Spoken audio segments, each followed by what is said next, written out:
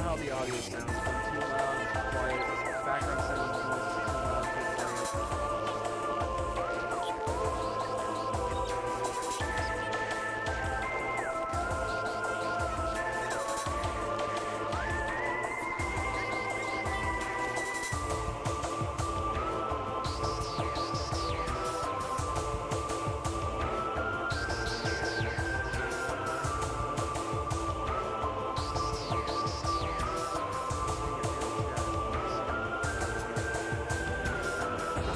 Can you hear me? Can I turn myself up? Am I too soft? I legitimately cannot hear myself at all.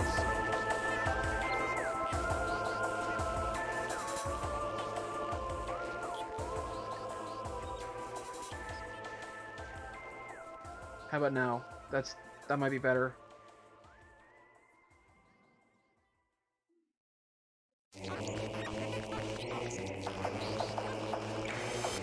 Yeah, okay, that's better. I can hear myself.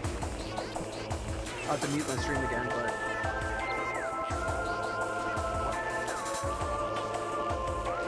Wow, the decibel level on this is a lot better than my other mic. This is a much better mic. Alright. Okay. Yeah, I can hear it now. Your voice sounds so weird. Alright, let's get this started up.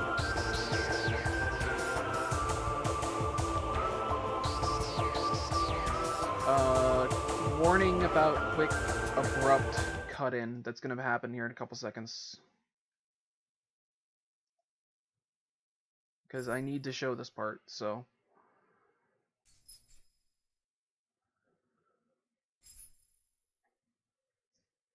Alright, cool. That part's done showing. I should have showed, right? Yeah, I did. Okay. The content disclaimer. Good.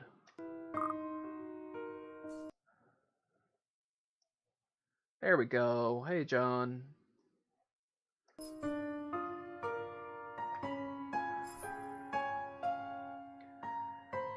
So, you ready for this?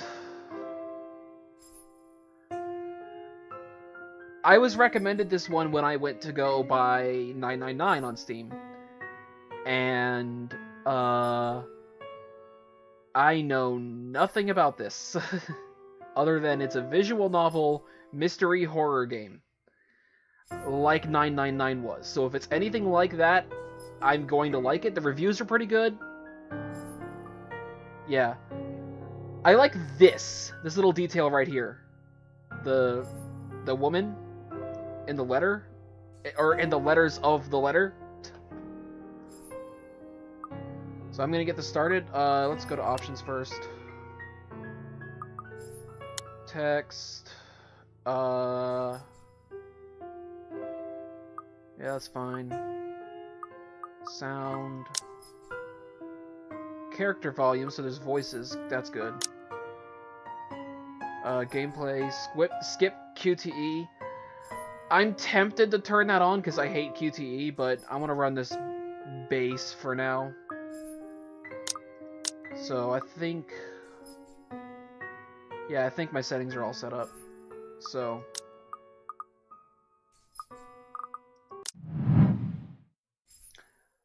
Okay.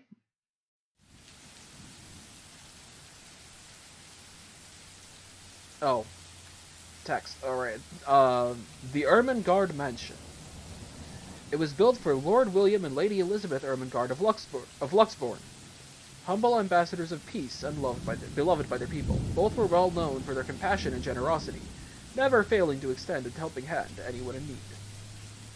Under their influence and wealth, what was once a small, sleepy village grew to a prosperous and bustling town. However, the seasons of joy eventually ended when the good nobles perished at the hands of a great plague. Their riches and legacy were henceforth passed on to their daughter, Lady Charlotte Ermengarde. If I know anything about this genre, she's going to be dead in the first 5 minutes. The mansion has stood since the 1620s, a witness to a very long history of joy and pain. Yeah. Oh, what did I just say? After Lady Charlotte committed suicide, the great house was eventually left uninhabited. Namecoder's alright. And that is when it began. Surrounding villagers spoke of seeing and hearing unearthly things, of cries and howls that filled the nights and hearsay of a mysterious woman roaming the hollowed halls aimlessly. People who dared enter its walls were simply never heard from again. Even after 400 years, these stories remain, much like the house itself. Whispers about the once great house, its legend and its curse, still fall upon the villagers' ears. In spite of this, the current owners are convinced that these stories are nothing more than a hoax. With little regard for the truth, they had Briar Realty Corporation place the property back on sale. Like Pandora's box, the secrets that lie inside await to be discovered by brave souls. Let me just check one thing real quick. Oh good, that works in this game.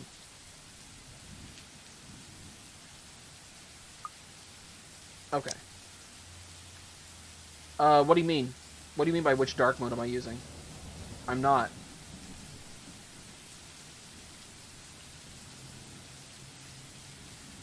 I don't know what you're asking about by that. I'm just using Twitch as normal.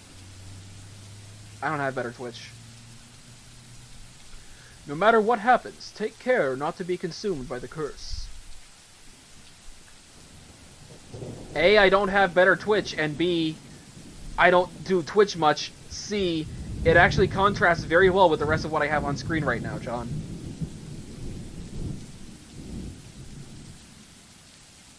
Good luck. Good luck.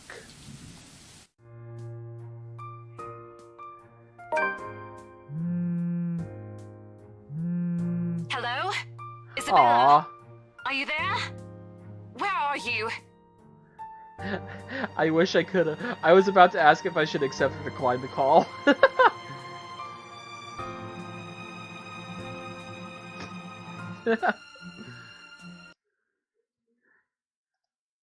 Oh, I can't change it for you.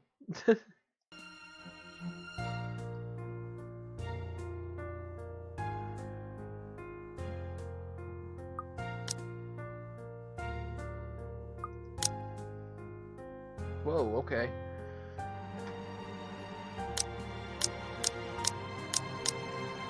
Alright. So... Maria Isabella Grace Cruz Santos. You think you have enough names there, dear? Birthday, May 28th, Gemini. 26 years old. Height, 5'2". Yes, it did, John. Occupation, estate agent. Nationality, Filipino. Religion, Roman Catholic. Education, fine arts undergraduate. Likes cinnamon rolls, dogs. I thought that said dog food, not dogs food. Police procedural dramas, and teleseries. That is horribly misspelled. Comedies and karaoke. She's the third child among 7, daughter of a laundrywoman and a jeepney driver. She went to a public school and was an average student but took to art easily. Eventually she pursued a degree in fine arts as encouraged by her father. However, when the man was diagnosed with a terminal illness, she had to stop studying to make money. It was Isabella's aunt who hired her to get her, who helped her get work overseas in order to earn more money than any local job could get her. Rose Cooper became her mentor as soon as she started as an agent at BRC. It's been 5 years since she met her neighbor, Rebecca. She met Ashton during an unfortunate incident during her first sale at Devlin Court, and later Zachary through him. So she knows that, and that. She's never met Luke, Marianne, or Hannah. Also, I'm now noticing something about this journal. There is a page that has the word help written in what appears to be blood. And I can't switch to it for some reason. Oh, hey Rose! I'm at St. Goretti High. Wow! What's the matter? I stayed on the phone. The phone kept track of the entire time I was reading the bio. And there was no audio. There's also no one talking right now. Welcome to the world of awkward pauses during phone conversations, apparently. What do you mean, what's the matter? It's the mansion, silly. I'm here and you're late. Jeez, we're on shift together. You promised. Oh my god, please don't tell me you forgot. You were planning on leaving me to check this place out on my own, weren't you? Yes. You chickened out. Yes. Calm down. You know I take my promises seriously. Sure. Creepy old house. I'd like to believe that. So hurry up and get here. Career day. Sports day. Cleaner. Too small for me to read. Deadlines. And also too small for me to read on this side of the screen. This place is huge. A bit too quiet since no one's lived here since, like, forever, but beautiful nonetheless. Can I mute her? Why are you so surprised? This isn't the first time you've been there. It's actually a little disappointing that I can't mute her or hang I up on know. her. I just wish I could live in a place like this. It really takes my breath away. Yeah, well, I wouldn't be so sure about that. Not after the rumors that say it's haunted. Jeez, never mind those rumors. Ghosts aren't real after all. So she's the first one to die. Got it. And even if they are, which they are not, they can't do anything. She's already dead. My mistake. They're nothing but spirits. You don't know that! They might be listening or watching right now, and they might not be happy with you enough to curse you. No offense, sweetie, but that's a bit of a stretch. Believe it or not, it's better to be careful. Right. You know, not every property we sell will end up with a dead body stuffed in a sofa.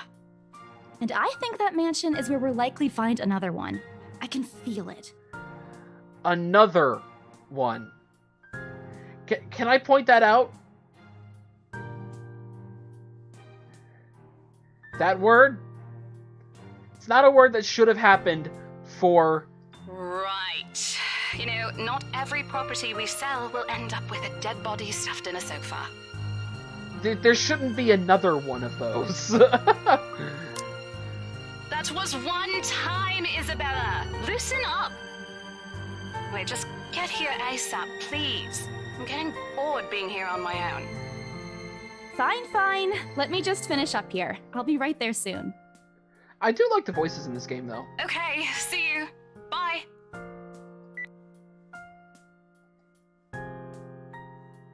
Oh, sorry, I was reading that silently. She hangs up before I can respond. Rose, still charming as ever.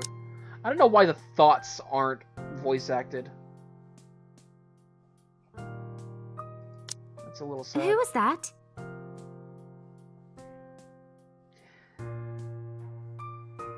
Okay, see you. Bye. Who was that? Fine. Let me just finish up here. I'll be right there soon. That was one time, Isabella. Loosen up.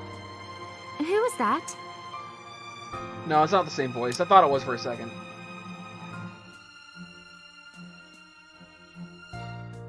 What is with your design?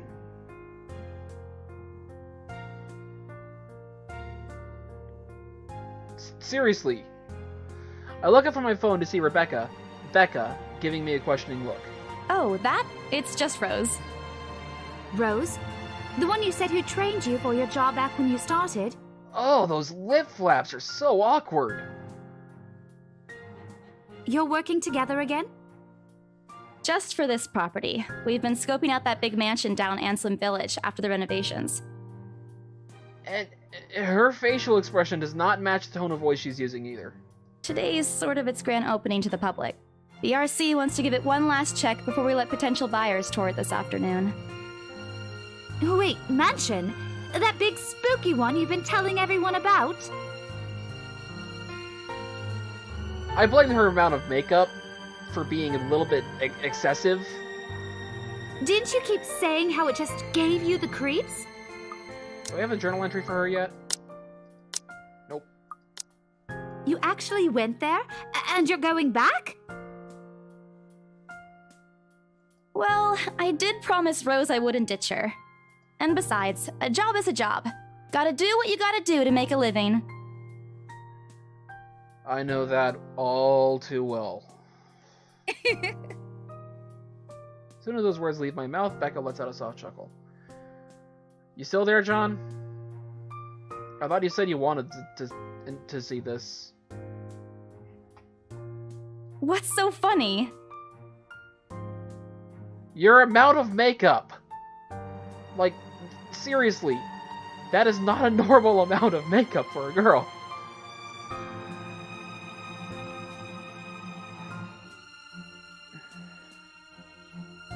Nothing. It's just that I didn't expect you to say that. Coming from you, it sounds so out of character. That out of character also sounded relatively out of character. Like it sounded like that wasn't a British-esque voice. So... I mean, no offense, but you've been freaking out about the place being creepy ever since you got assigned to it. Cursed rumors and all. I honestly thought you'd back out. Not all the time. I could really use a huge amount of cash right now, and this is just the fastest way to get it. Give me a second. Sorry, it's gonna go silent for a second. Okay.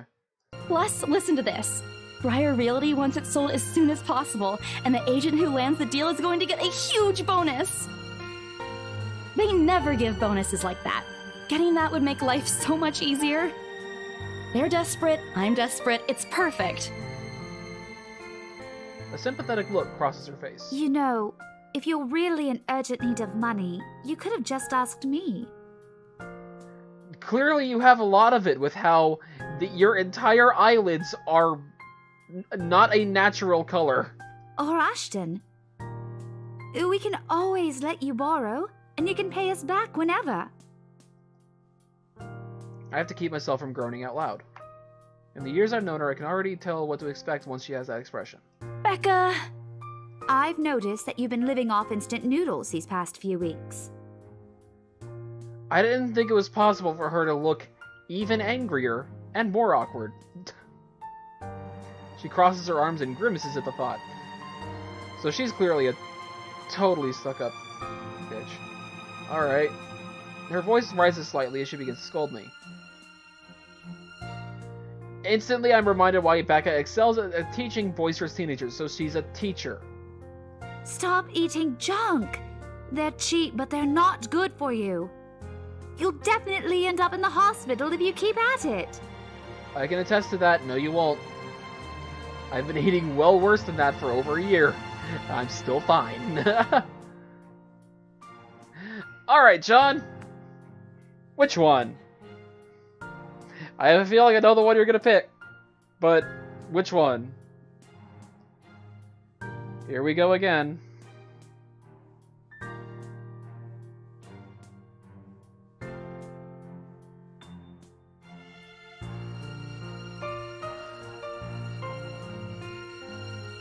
Yeah, I knew which one you were gonna pick, because it's the one I wanted to pick.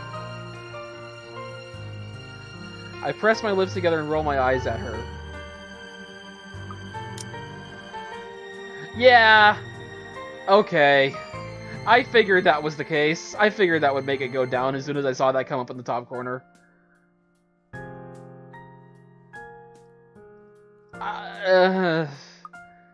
Should I be like super antagonistic to everyone on this run and then do a run on my own later where I'm nice at everything? Just being like sarcastically antagonistic to all of these people.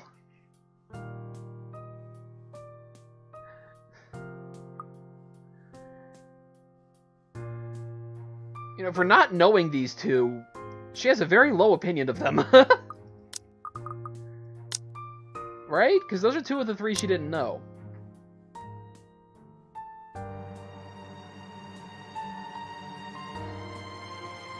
Yeah. Those are two of the three that her things didn't mention. So she has no idea who Hannah and Luke or Marianne are, but for some reason she thinks as good of Marianne as she has her longtime friend Ashton. And Luke and Hannah she hates, but she's never even met.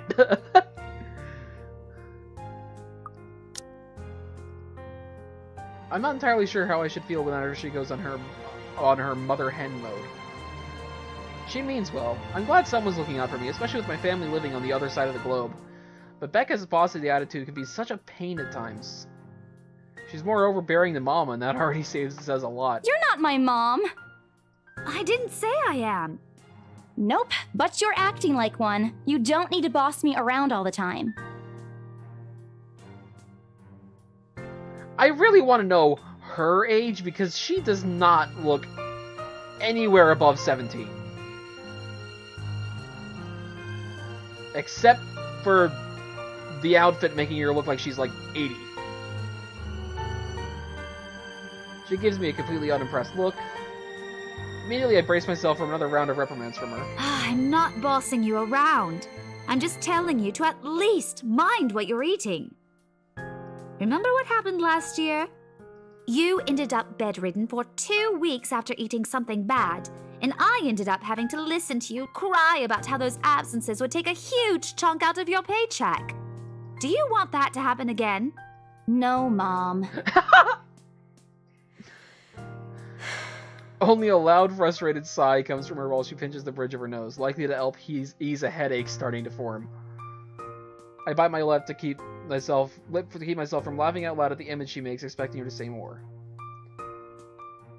But when at last she looks up, she's simply carrying a resigned expression on her face. I'm serious. Not my mom, Rebecca. Maria Isabella Grace.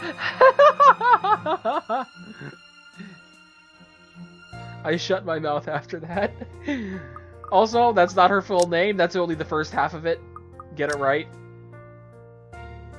Although I know she's not really angry, I don't want to push it. An angry Becca isn't someone I'd like to cross paths with in my lifetime. I've seen it happen, and it wasn't pretty. Ooh, a Wonderland. Yeah, I'll stop. I grumble, but she doesn't seem to care much, only giving a small acknowledging nod. Good.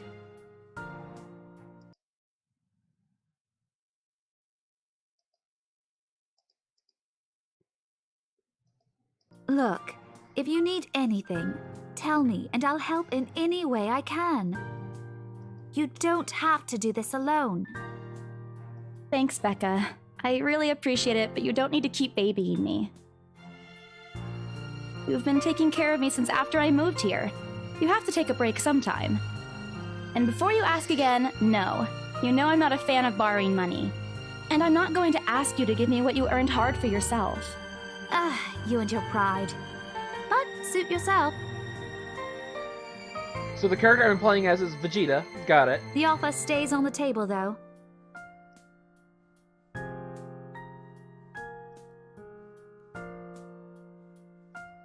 Oh, sorry. I nod in response, if only to get her to drop the topic, but I'm pretty certain I will never take that offer. Ever. It has nothing to do with pride. I've simply seen plenty of times how friendships can take a turn for the worse just because of a few unpaid debts. That's actually a really good point. Really well thought out. I don't want something to happen like that to happen between me and Becca. Yeah. We may argue about a lot of small petty things, but she already feels like a real sister to me. I don't want to lose that friendship over something so trivial. Becca's movements when she takes a quick glance at something behind me snaps me out of my thoughts. Well, enough chit-chat. Lunch is ending, and my students will be back any minute. We can catch up later. Good luck with your clients. Okay, You better treat us to lunch or something if you get that sale. You bet! With a small smile, she returns to her desk and begins sifting through the pages of a rather thick history book. She's probably working on next week's lesson plan. Or trying, at least. Her eyes are distant, and she doesn't seem too attentive to whatever is on the page. As if she heard my thoughts, Becca starts coughing heavily. Her hand hastily goes to her mouth to stifle the sounds. This is precisely why I followed her here. For someone who makes a habit out of worrying about other people, Becca sure forgets how to take care of herself. Hey, you sure you can manage on your own?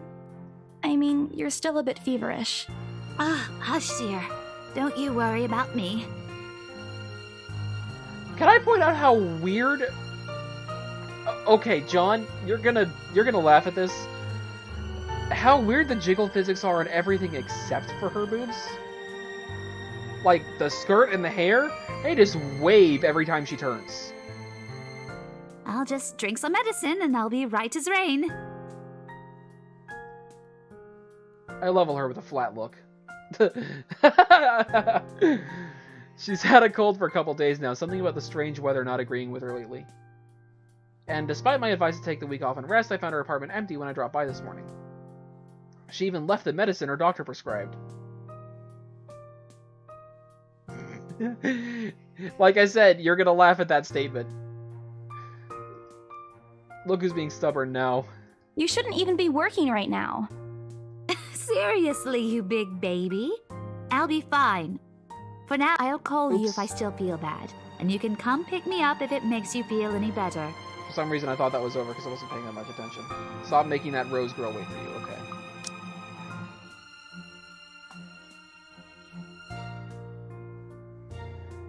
She offers me a reassuring smile, and I can only sigh. Why do I even bother? There's no stopping her once she has decided on something. I need to get used to doing that and not just reading it silently to myself.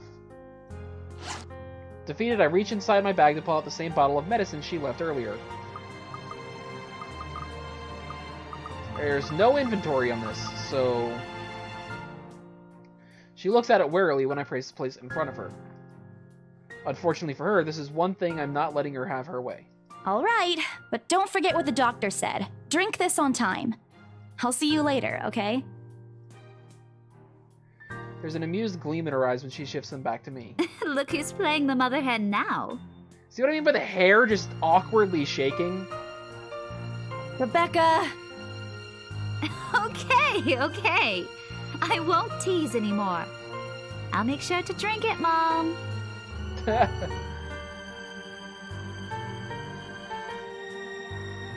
Before I can retort, she'd cast another look at the clock. I take that as a sign to finally end the conversation and my short visit. Giggles my books juggling?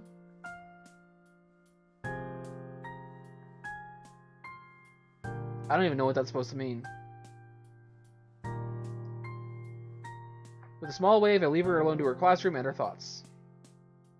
Isolde me. Okay. I hail a passing taxi to take me to the property as soon as I leave the school grounds. Check one thing real quick.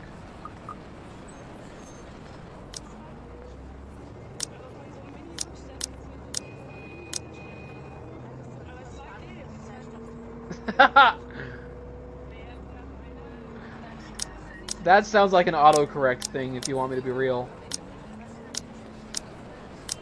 I love how this game takes place leading up to Halloween, and then ends the morning of the day after Halloween, so it's probably going to be, like, the big finales on Halloween, because cliché.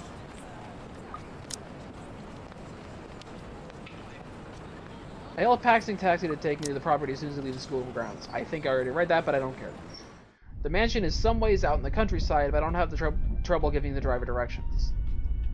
Apparently, everyone in Luxborn City knows of it, including every bit of rumor surrounding the place.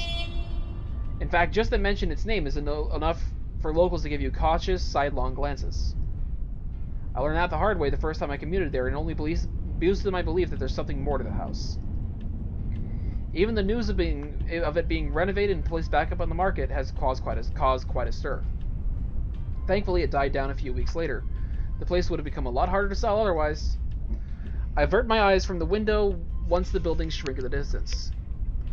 We get a glimpse of the countryside soon, although a quick glance at my watch tells me we're still a few minutes away from our destination. Might as well get some work done. Rose did ask me to review the mansion's documents. I already looked them over last night, but you never know when things may go wrong. Life has many ways of messing things up like that. There's no many there. I added that by accident. Oh well. Halfway through reading the papers, my phone rings again. I pick it up without looking, neatly tucking it between my ear and shoulder. It's probably just Rose again anyway. Rose? Guess again. Okay, why do half the females have British voices, but this guy doesn't? Also, why does he sound like some character? I don't remember that voice. Ash. Bingo. Hey, what's up? Just checking if you're still cool later this evening. Yeah, his voice sounds familiar, but I can't place why. You mean that thing with Zach? Yeah. He even called in the middle of the night just to remind me.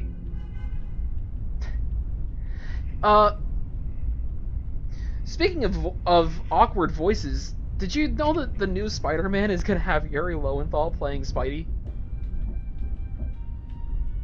Which is so weird to me. No, don't worry. I didn't forget. I'll be there. Not just edgy Spidey. I mean, it is more true to the comics in terms of like his personality, but let's be real here. The voice of Sasuke and Mercury shouldn't be voicing good guys. He should be voicing anti-heroes at best.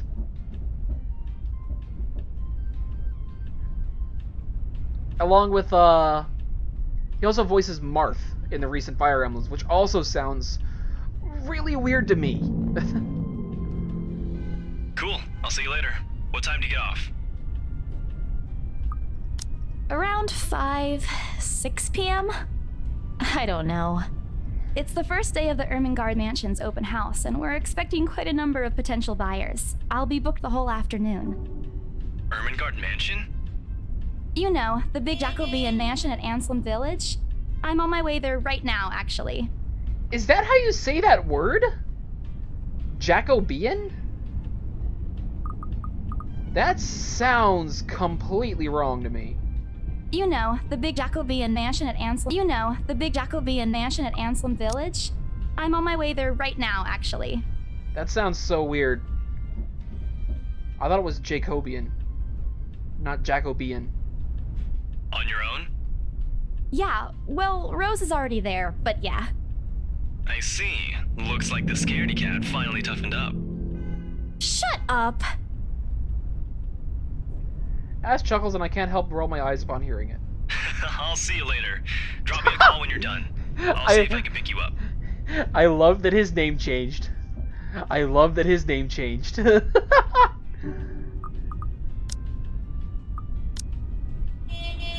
That's really good. That's really good. Whatever. Bye. Stupid asshole, always teasing me whenever he sees a chance. So they're gonna end up together if they survive. I'll show him who's tough.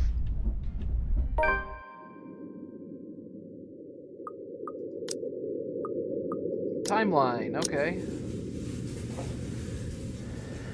Timeline, Friday, October 21st. Before going to the Ermengarde Mansion, Isabella Santos dropped by the St. Goretti High School to check on Rebecca Gales. The former reminded the latter to take her flu medicine before leaving. On the way to the mansion, Isabella received a phone call from Ashton Trey? Is that Trey or Frey? That might be Frey. I think it's Frey. Reminding her of Zachary Steele's movie premiere that night. It's an unusual font to be using for that, to be honest. Still no profile for Ash. Okay. It takes a few more minutes before I finally reach the infamous mansion.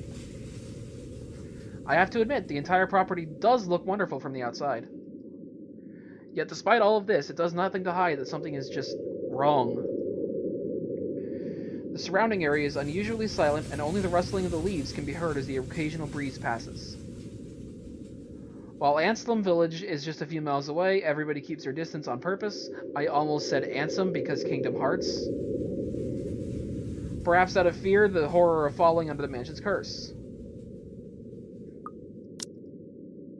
Somehow, it makes me feel sad. The lack of immediate human presence just makes this place all the more eerie than it has any right to be. If it's uncanny in broad daylight, I can't imagine how this place looks at night.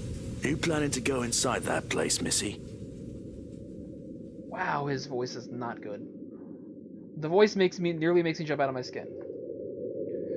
Without completely taking my eyes away from the house, I gave the driver a confused nod. A beat pantser passes while I wait for him to say more, but his only answer is a non-committal hum. Belatedly, it occurs to me that he must have been waiting for my payment. I mentally slap myself for spacing out and promptly hand him the fare with an apologetic look.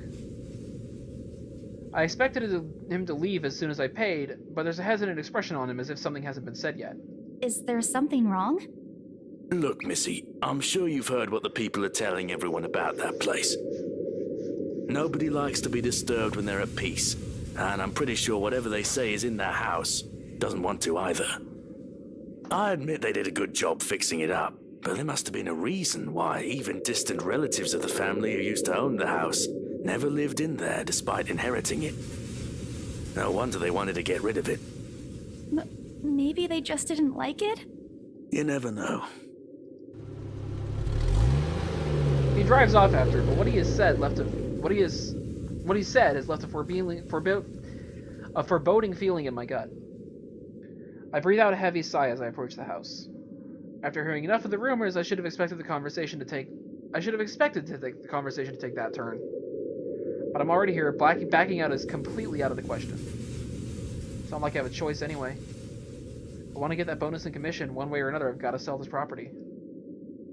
The door is ajar when I get to it, however, while my own a copy of the keys dangle uselessly in my hand. Rose must have left it open when she arrived. That's weird. Maybe the only people hear this early, but I've never known her as someone careless. Entering, what greets me inside leaves me gaping. They cleaned every corner, waxed the floors, dusted the antiques, searched every nook, cranny, and crevice, searched every nook, cranny, and crevice, and made it spick and span. All for the sake of making the mansion more enticing to the modern-day lords and ladies. But no matter how hard they try, the mansion still looks as soulless as ever. That dude... I don't know what to think of him. I really don't know what to think of this guy back here. I don't know. He reminds me of both good characters and bad characters and other things that look like this. So, as though it's going to eat you alive. Ominous. If you ask me, they should have just listened to what other people have been telling them and leave this place alone. Some things in this world are better left alone, never to be disturbed again. Rose? I call out. Rose, I'm here. Where are you? My voice echoes softly throughout the hallways. Oh, who am I kidding? In a place this big, I don't think she'll hear me no matter how deafening the silence is. She could be all the way on the other side of the property for all I know. Quickly, I reach for my phone and dial her number. But... The number you have dialed has not been recognized. Please check and try again. What do you mean has not been recognized? We were just talking a while ago. It's not like she was eaten by the house, right? Or maybe the ghost did hear us talking and spirited her away, right? Right? No, Isabella, don't be ridiculous. She probably just wandered deep in the house and lost signal or something. I'll dial her number again, hoping the call will connect this time. The number you have dialed has not been recognized. Please check and try again. But to no avail. Oh boy. I have a very bad feeling about this. Rose? If you can hear me, please come out. Come on, Rose! This isn't funny! You know this place gives me the creeps. No answer. This isn't gonna work. This place is big. She could be anywhere. And you start looking for her. I take a deep breath before venturing deeper into the mansion. Taking a couple steps forward, I notice something move above the grand staircase. What the hell? Rose? Rose, is that you?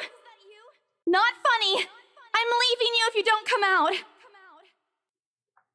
Not coming out, huh? Fine, I'm going. Okay, that's a lie. She's my friend. I can't really leave until I know she's alright. Growing desperate, I try to contact her number again. Come on, please give me something. Please, Lord. Yes, finally! Hello? Hello? Rose, I'm here at the mansion. Where the hell are you? She doesn't respond. There's also heavy static coming from her side. I sincerely hope it doesn't cut off again before I can get an answer from her. Rose, come on. Where are you? A few moments pass until the static eventually starts to quiet down. I'm attic.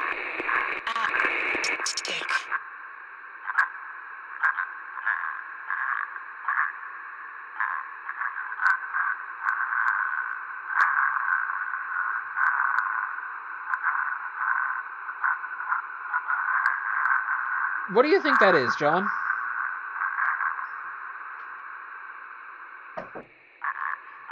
One second. What? The attic? Why?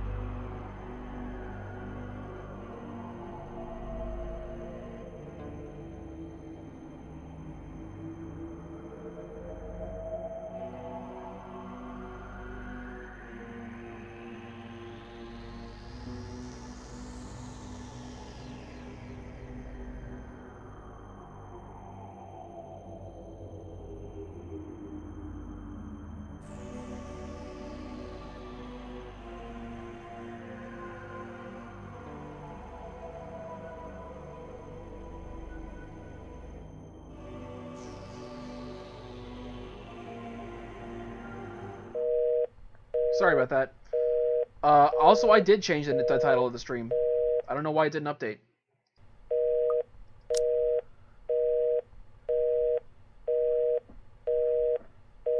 What? The attic? Why? Crap, it got cut off. Man, do I really need to go there? By the way, again, sorry about the sudden intermission. Something happened in real life that I had to deal with real quick. I'm good now. For now, anyway. I swear I changed the name of it and the game I was playing. So, with how deep inside the mansion the attic is, there's barely any signal there. No wonder I can't contact her. Here. Actually, let me switch to, but why is she there? Let me switch back to intermission real quick so I can check the stream.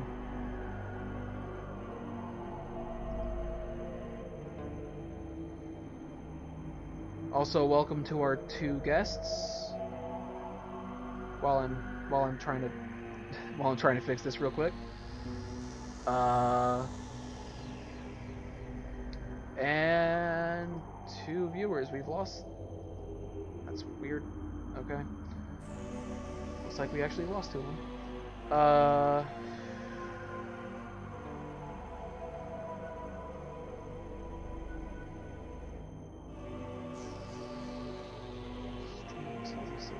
Where's my... Here,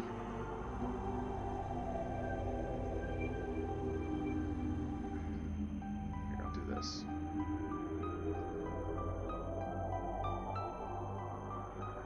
No, it's changed, dude.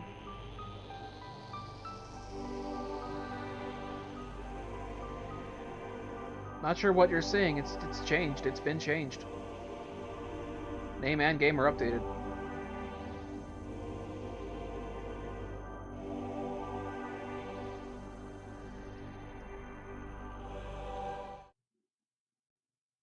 Okay, that should put us back on visibility of the game.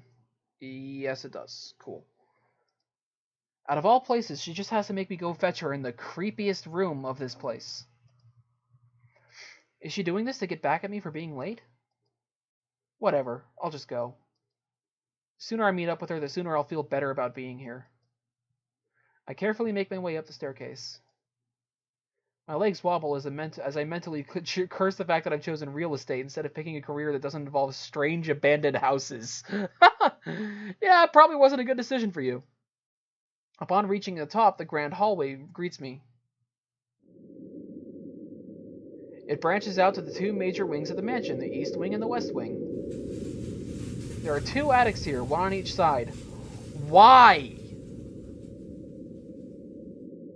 why? That seems pointless. That seems like such an idiotic design choice.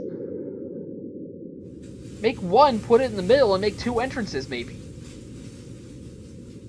But the east one has been converted to a storage room of sorts, and somehow I find it least likely for Rose to wander there by herself. Besides, she never did like going into stuffy storage rooms. So how much you want to bet we're going to find her there? So I head towards the west wing first, where a simple wooden door at the end of the hall opens to a small room. Inside is another set of steps leading to the second attic. Unlike the grand staircase, though, the stairs to the attic are steep and narrow, made of old stones and covered with a thick coating of dust that kicks up into the air with every step.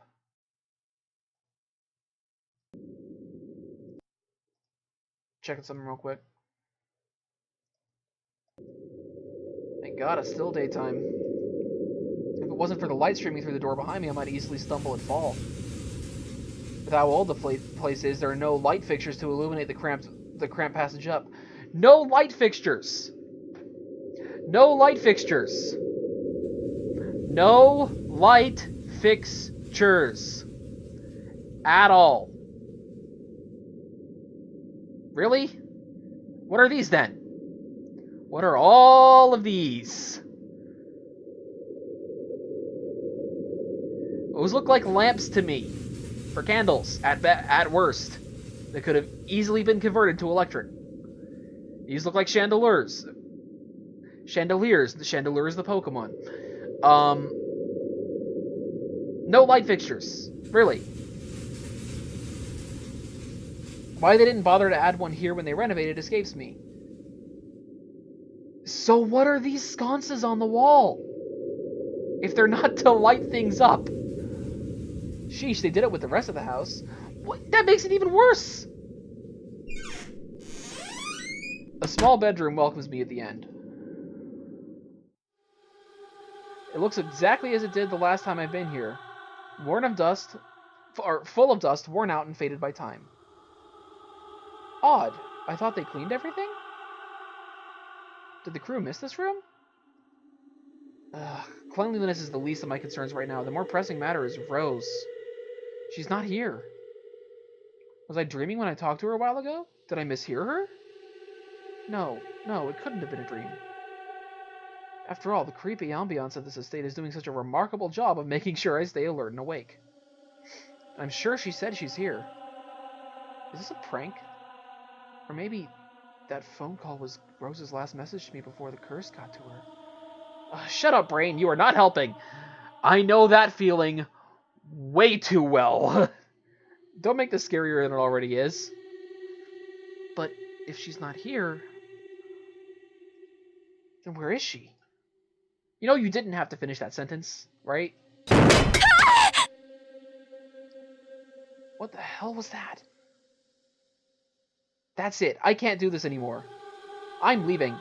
It must have angered the spirits living here. I knew disturbing this mansion was a bad idea, right from the very start. But nobody listened.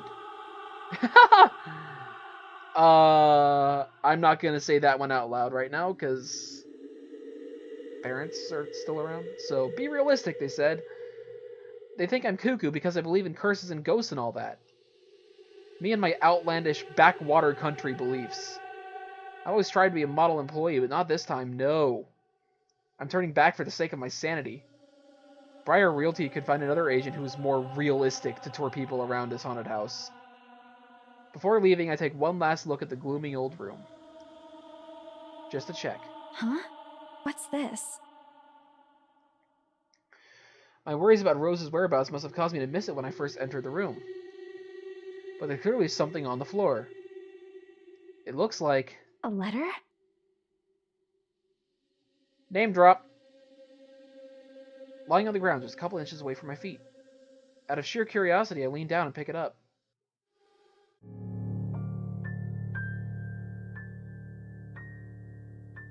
Strange. I'd say... John, do you see the vacant stare on her face? They could have done a little bit better job at making it look like she's looking down, not blankly staring forward.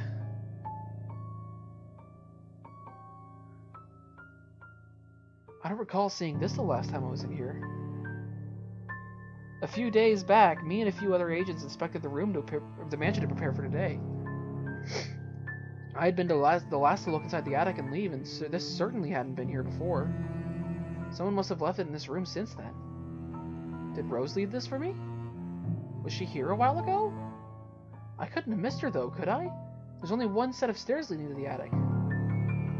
This letter isn't exactly in pristine condition. In fact, it looks rather ancient. The paper is so thin and rough, I'm worried it'll fall apart if I so much as touch it. With great care, I open it, and what I read shakes me to my core. What? What? Oh my god. Nothing but the words "help me" fills the page. All of it seemingly written with a crimson-shaded crimson-shaded pen. I almost said blood because that's what it is. Hold on a second. How did I already have that in my journal before finding it? So I pointed this out earlier, didn't I? This back here? How did I already have this? Or blood. Yeah. I gulp. The same phrase just goes on and on until... Send this to 5 people or else.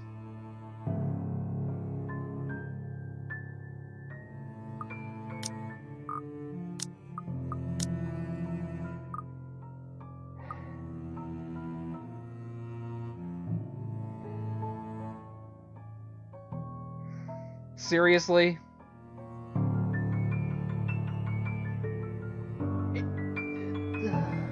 Seriously? A ghost chain letter? That's seriously the plot of this game?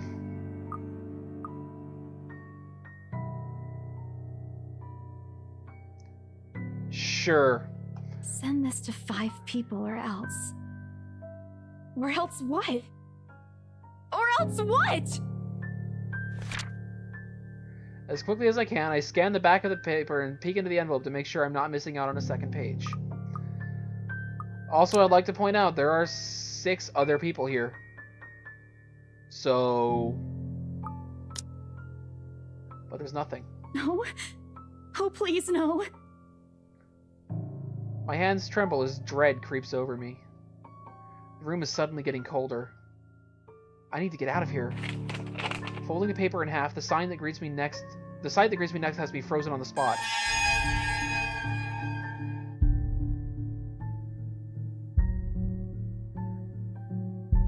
A pair of blood-soaked feet enters my field of vision, covered in gaping wounds, with skin eaten away to reveal flesh, bone, and all manner of things one isn't meant to see. It's too much. All of it is too much. I want to cry, call for help, but the words catch in my throat. Even my feet won't move. I'm completely paralyzed out of terror. Lord, please help me. I say be brave and look up. I want to see what this thing looks like, dude.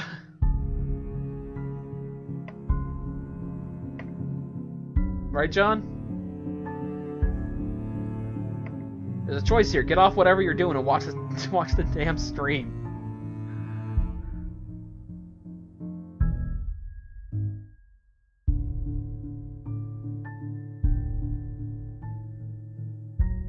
I think we found what was making that noise earlier, at least. Zombie!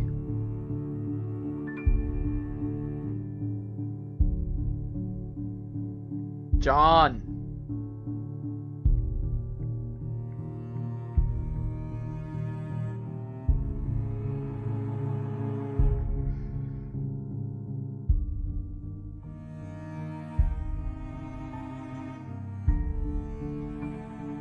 No. I need to face it. Whatever those feet belong to, I need to face it. And if I'm going to die, if they're going to kill me, at least I'll know what my killer looks like. Also true. A cold comfort. So with a deep breath, I summon every ounce of courage I have left in me and I shift my gaze upward.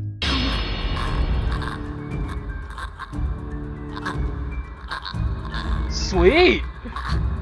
Please, don't hurt me! Holy crap, this is great! No! Good use of Uncanny Valley, at least. Without thinking, I scrambled towards the door. I struggle to open it, but it won't budge. Stay away! Go away! Please, Lord! Make it go away!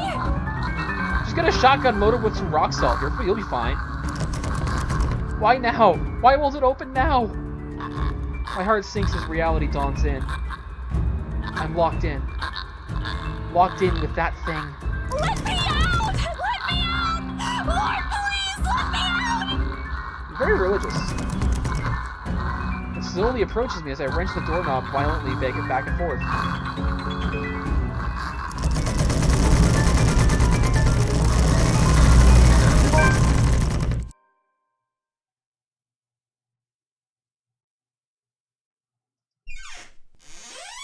The door finally swings open, and I couldn't have been happier. I'm gonna have to replay this on my own later and see what happens if I fail that on purpose. Wasting no time, I leap out the door and don't turn back. My feet pound against the door in rhythm with the fast, loud beating of my heart.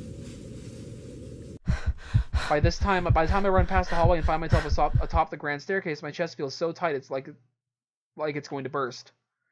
But that's nothing compared to the feeling of hope the sight of the exit gives me. Racing down the stairs, a breathy laugh escapes me and my shoe slips and I find myself falling. Until my back hits the ground and pain racks my body.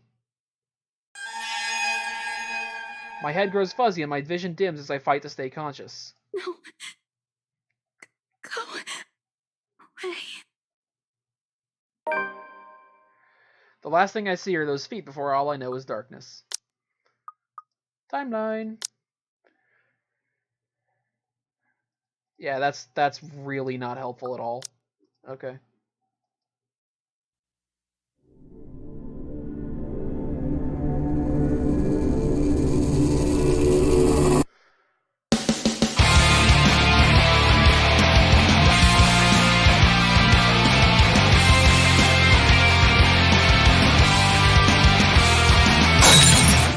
Write off your loss, send letters goodbye.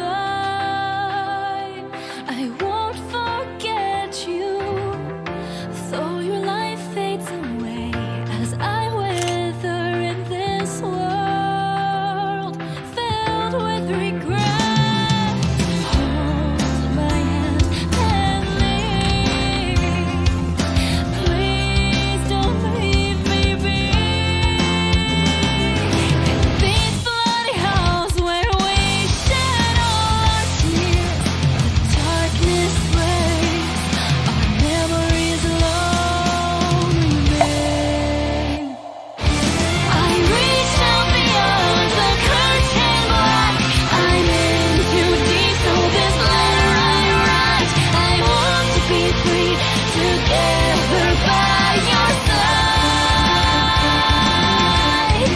I'll spend eternity in this lonely place we call home.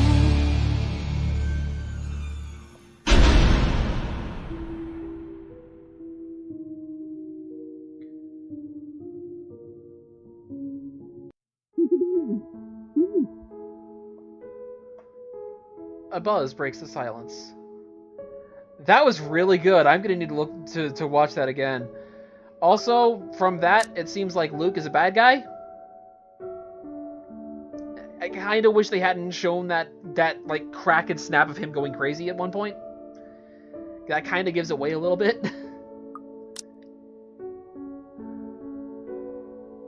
Like, it makes me already not want to trust him, you know? I start to rouse, pulled into consciousness against my own will. I've never felt this tired before. I just want to sleep, but the incessant buzzing, poking, and prodding isn't letting me. My old mattress may not be the comfiest of places, but that doesn't make me eager to wake up. Any more eager to wake up. 5 more minutes, Becca. I swat away what is nudging persistently at my side. Come on. Can I just get a few extra minutes of sleep today? I promise I'll work hard once I'm up. And lightly taps my cheek, and something cold is suddenly being pressed at the back of my head. The icy sensation slowly spreads throughout the area, giving me an uncomfortable feeling. I hated it when Aaron did this to me. All the time. When we were kids. He wanted to wake me up when I was asleep, so he just shoved ice on my back. Isabella? Isabella? Gosh, can you hear me? Isabella? The fog immediately lifts from my mind the moment I recognize the voice and my eyes snap open. There, looking down at me, is Rose. Another woman loiters beside her, but my attention is too focused on my co-agent to even ask why there's someone with her. Rose's posture just screams worry, although she's keeping a straight face. Or trying, at least. I can't help but feel bad for making her fret. A wave of dizziness washes over me as soon as I try to get back up, forcing me to lie back down again. Luckily, the feeling subsides after only a few seconds, until only a mild throbbing somewhere at the back of my head remains. With a little assistance from Rose, I push myself upright. She hands me an ice pack and gestures for me to press it where I suspect a small bump has already formed if the light ache in the area indicates anything. Alright, Isabella, where are we? The Ermengarde mansion. Why? Ow, my head. And the date today? October 21st? Rose. Last one. Can you count to 15 in reverse order? Why does it look like she's floating? Oh, that's just her breathing. Her head's not moving, but the rest of her body's going up and down. That makes sense. Never mind. I'm an idiot. 15, 14, 13, 12, no, that's wrong. Why are we doing this? She's just checking if your injury is in any way serious. What is her voice? I guess I'll get used to it, but that audio quality, ugh. This time, I curiously regard the woman standing beside Rose. It's impossible to overlook her, what with the way she towers over us. And here I thought Rose is already tall. Who is she, anyway? One of the remaining cleaning crews? With how primly dressed she is, I don't think anyone would want to clean in a suit. An expensive suit at that. The gloves alone must have already cost a fortune.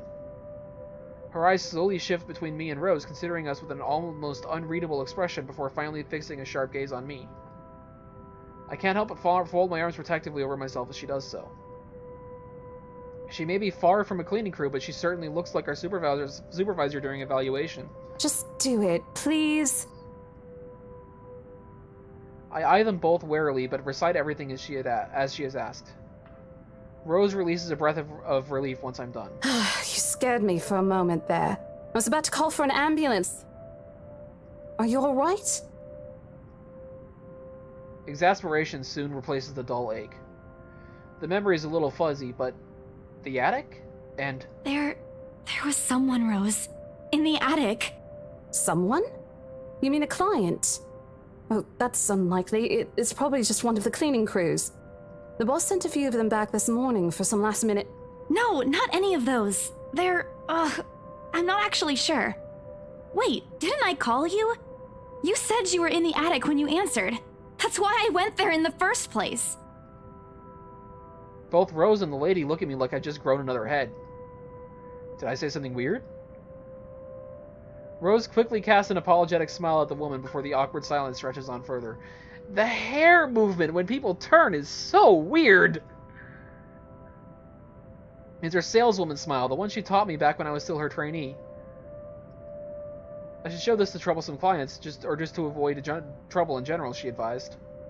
It's also the same one she gives me when I've done something particularly absurd that causes me to lose a potential. They may cause us to lose a potential sale. Her eyes are serious when she turns back to me. She takes both of my shoulders, gently squeezes them with much patience as she can muster. As much as I'd love to have gotten at least a heads up of your arrival, I didn't really get a call from you. You know, signal here is absolutely horrendous. I was in the garden earlier and couldn't even make a single call. Isabella, I'm going to ask again. Are you really all right? What happened? I don't know. It's all a bit blurry. I remember I was looking for you, but you weren't in the attic. And there's whoever it is. Then I must have tripped on a rug or something on the way down. Oh no. Do you think someone came in while you were out? You left the main door open. We are so going to get into big trouble if something gets stolen, Rose. Perhaps it is a concussion. Are you sure you feel fine? We could still call for an ambulance. I could cover for you. No, I'm fine. I'm okay, Rose. I can work. Wait. Hold your horses, Rose. I can't miss an important sale just because of a minor bump in the head.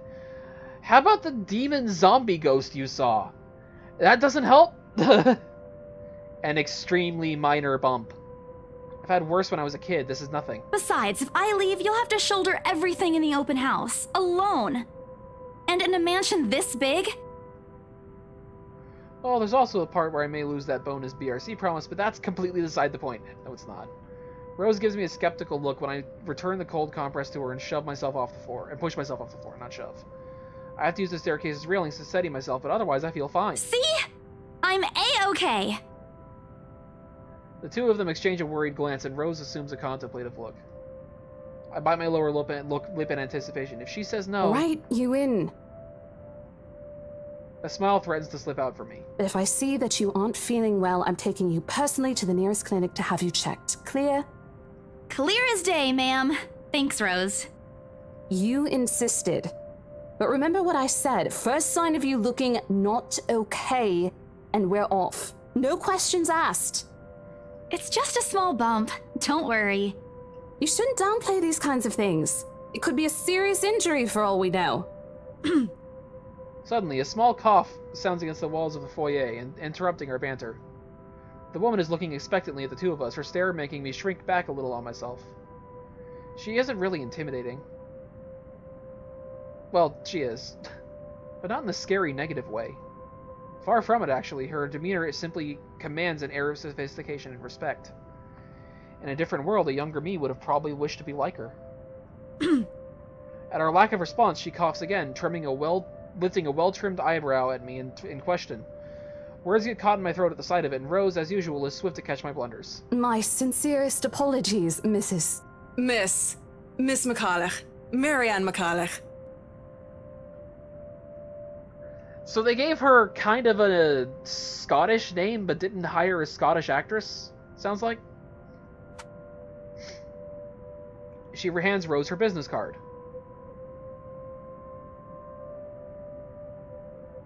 Hey, you know what? At least they got something right on this. That is actually how you would do a British phone number. So they got something right there.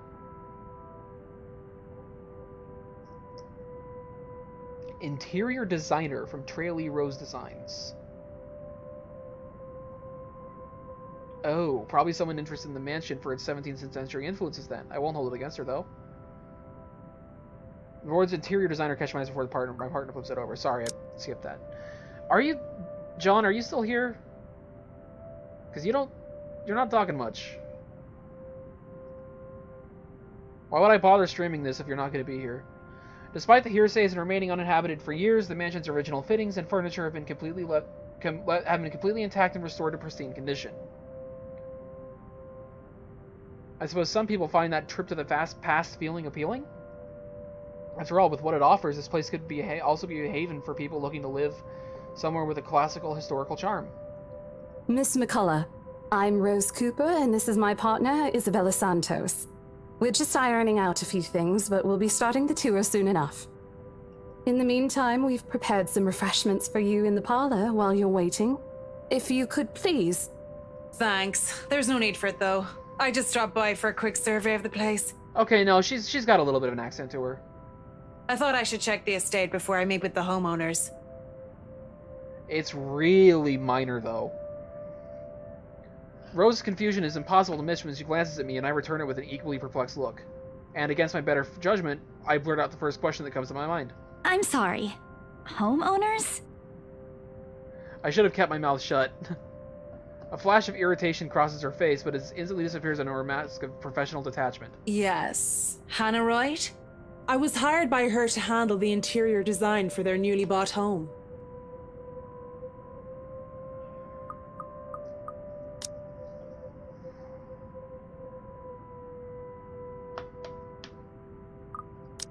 This is the Ermengarde mansion, right? It is, but... She pauses, possibly trying to find the right words to fix the awkward situation without offending someone. Suddenly, Rose nudges me with her elbow. Let's try this again, John. We got another choice that I'm probably going to pick the one I want to. Just want to see if you agree with me on this one or not.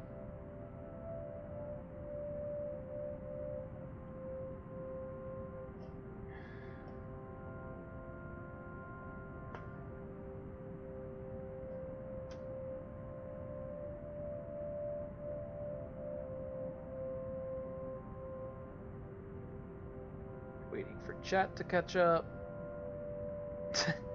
Yeah, that's the right one. That's the right one.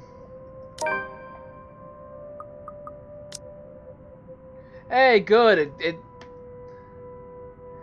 I really should just try to make everyone try to pick the correct option, not the one that's like be a jerk option. As fun as that would be, I want to get a good story, not one where everyone hates each other. Those few moments have given me just enough time to clear my head of any nervousness or confusion clouding it. It is, ma'am, but we weren't aware the mansion has already been sold. What do you mean? I almost flinch when she turns her gaze on me, but I stand my ground. Besides, it isn't like I haven't dealt with awkward situations like this before. I may screw up at times, but that doesn't mean I think I've learned a thing or two. I haven't learned a thing or two in the 5 years I've worked in the business. The mansion is indeed for sale, ma'am. Today's the open house, in fact. However, we haven't heard anything from the higher-ups that a deal has already been closed for this particular property. If you'd like, my co-agent and me can check with them right now. She nods, seemingly in deep thought after I finished. She appears to be a reasonable person anyway. Given the proper explanation, she'd surely understand. I thought something looked odd when I arrived here. Excuse me, I think I need to make a call to my secretary. Thank you for your assistance, Miss Santos. So wait.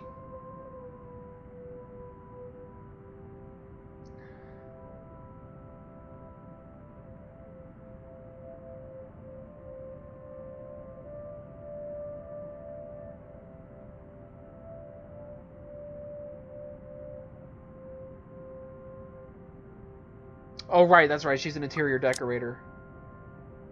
Probably the head of that if she has a secretary. With a slight wave of her hand, she leaves us. That seems to be the end of it. Both Rose and I breathe a sigh of relief, and her hair goes crazy again. Why is that is going to bother me every time it happens? I'm never going to get over that. It looks so weird. Disaster averted. I also don't miss the thumbs up she gives me for doing a good job, and I can't help but swell with pride. Still, I've already prepared myself to dial the number of our Luxembourg? That's Germany. This is Britain. Luxborn office and check, even if she didn't ask for it. I will be very frustrated if, for some reason, something has already been decided with or decided without my or Rose's knowledge. That's a whole new level of unfair. We've been working hard on this. Moments later, Miss McCullough returns, looking frustrated but with an apology clear in her face. I feel a little sorry for her for having to go through all this trouble. There seems to have been a little misunderstanding with my client. If you'll allow it, I'd like to stay and wait for them here. Her voice needs to get... her audio on her voice needs to get rebalanced. Her voice is fine, it's just... the way it was recorded sounds awkward. You can clearly tell it's running through a microphone, and it just does not sound good. I was informed they'll be dropping by for the open house today. I figured it'd be a waste to just leave after that long drive. I might as well meet him here. Certainly. You could stay at the parlor in the meantime, ma'am. I'm sure it won't be long before our guests arrive. See, her voice sounds a lot better. It doesn't sound like it's running through some kind of filter. Hers does. So... And, Isabella? I left a few documents in my car. You know where I keep those. Can you please get it for me? Rose takes a glance at her wristwatch before tossing me a set of keys. Okay. And hurry! We've still got a few minutes to double-check those papers. Okay, got it. The two of them disappear behind the parlor's door.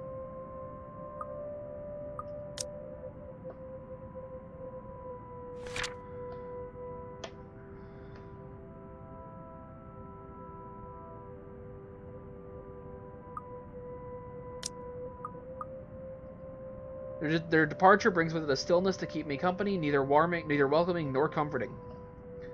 Alone like this, it's impossible not to think of what really happened. I wish the memory isn't as elusive as it normally is. Then again, Rose already said she didn't receive any call from me. Was it just paranoia, a temporary lapse after having heard all those tales about this place? No! No, it was not!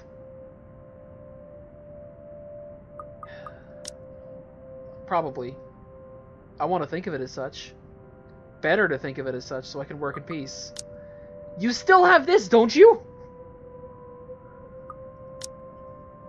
A small part of my mind begs to differ. And if I'm going to be completely honest with myself, I want nothing more than to leave this place as soon as possible. I don't know what's in this house, and I don't want to know. The keys Rose just handed me dug into my palm, its jagged edges creating shallow ridges on my skin from how hard I'm clutching it.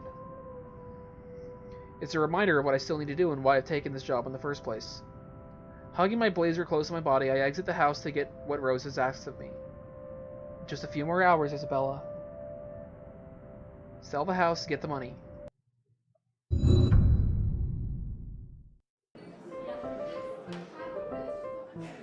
A flock of people have already gathered in the mansion's front yard by the time we officially open the doors. Hold on a second.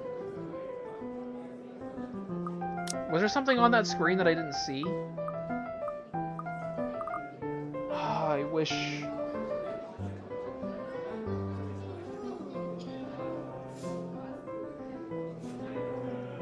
I'm not sure whether I should feel baffled or underdressed standing in their presence. Men and women of wealth and status.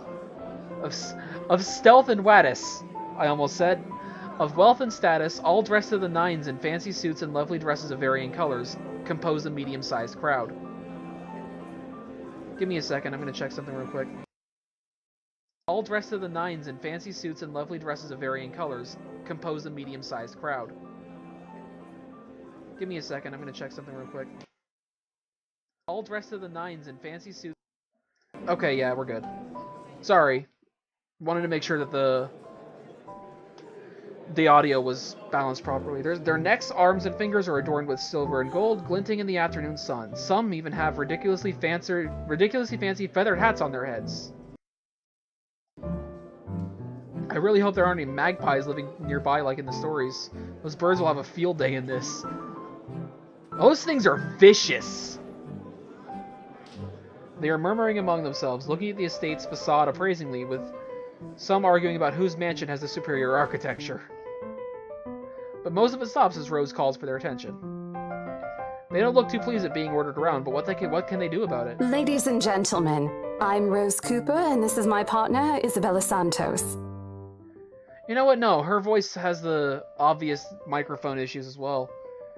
They just need a better microphone to record the voice audio on. Like, there's a very clear distinction between, like, the clear MP3 quality file of the music background music, and the voice compression on the microphone that they chose to use. We'll be taking a tour of the mansion in 2 groups. Please make sure you filled up our sign-in forms before joining a specific group.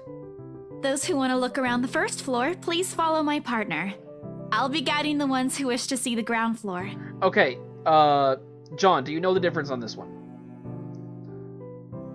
Because I just realized this takes place in English, and that would sound weird to us. Or this takes place in England, and they have a different way of labeling the floors of a house. In fact, the U.S. is one of the only countries that still does it the way we do it, where the floor you walk in on is the first floor. Yeah, no, okay. It's weird that we're the only country that still really does that. Then again, we're also the only country who doesn't use... that's a good point. Then again, we're also the only country who doesn't use metric anymore. So... Hearing this, a few wander to me. They're mostly old ladies who seem daunted at the idea of climbing all those stairs. Miss McCullough also joins our group, but what really catches my eye is the elegantly dressed pair as she approaches. It's so nice to finally meet you! when Chief Inspector Lee mentioned that a famous interior designer is in town. I knew I had to get you. Can I reach through the screen and punch her? I have known her for 20 seconds, and I already hate her.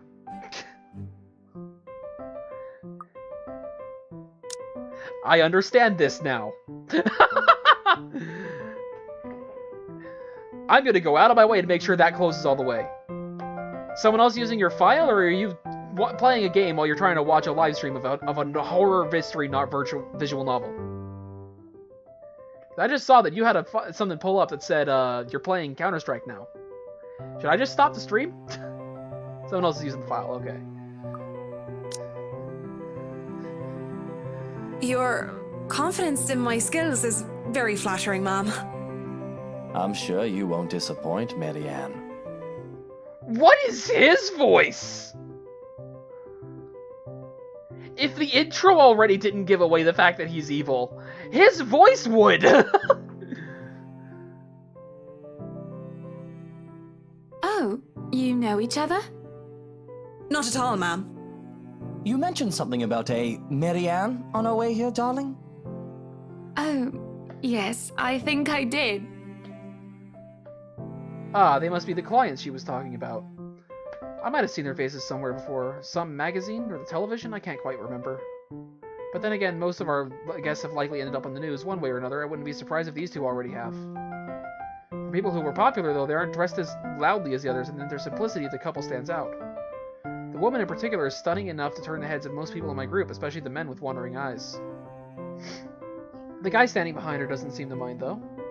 If I'm going to be bolder with my assumptions... Ah, okay. Okay. And I'm going to be a bit bolder with my assumptions. I say he's basking in the attention. Both of them, in fact.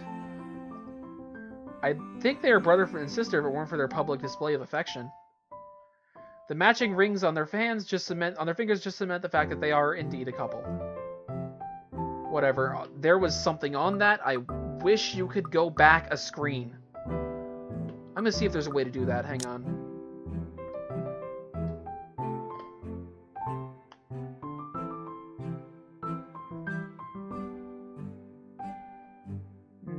Nope, there's no way to back up. That's really dumb. Whatever. Couple or not, it's important. What's important is we get this deal closed before the current owners can even think of canceling the listing. I just hope one of the people in my or Rose's group is brave and generous enough to buy this mansion. And so, with papers in hand, I lead the way. When they aren't whispering among themselves or going ooh and ah over one thing or another, they ask questions.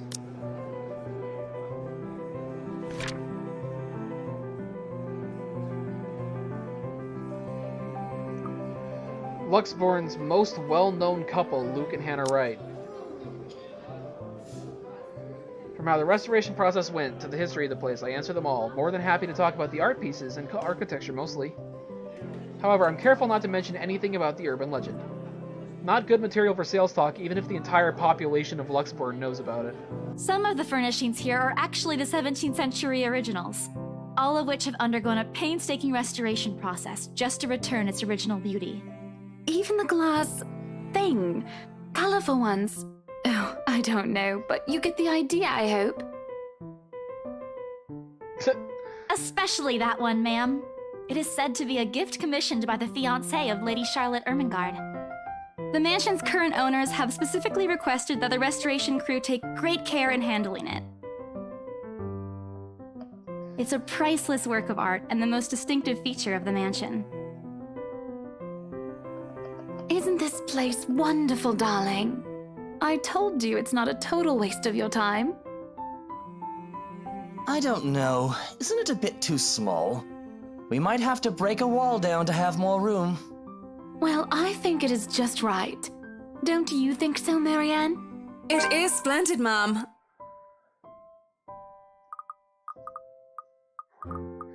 Oh, I forgot about that. Hang on, where's the... Oh, no. Where's the... Where did I see that? Because this game makes a pretty big deal of that.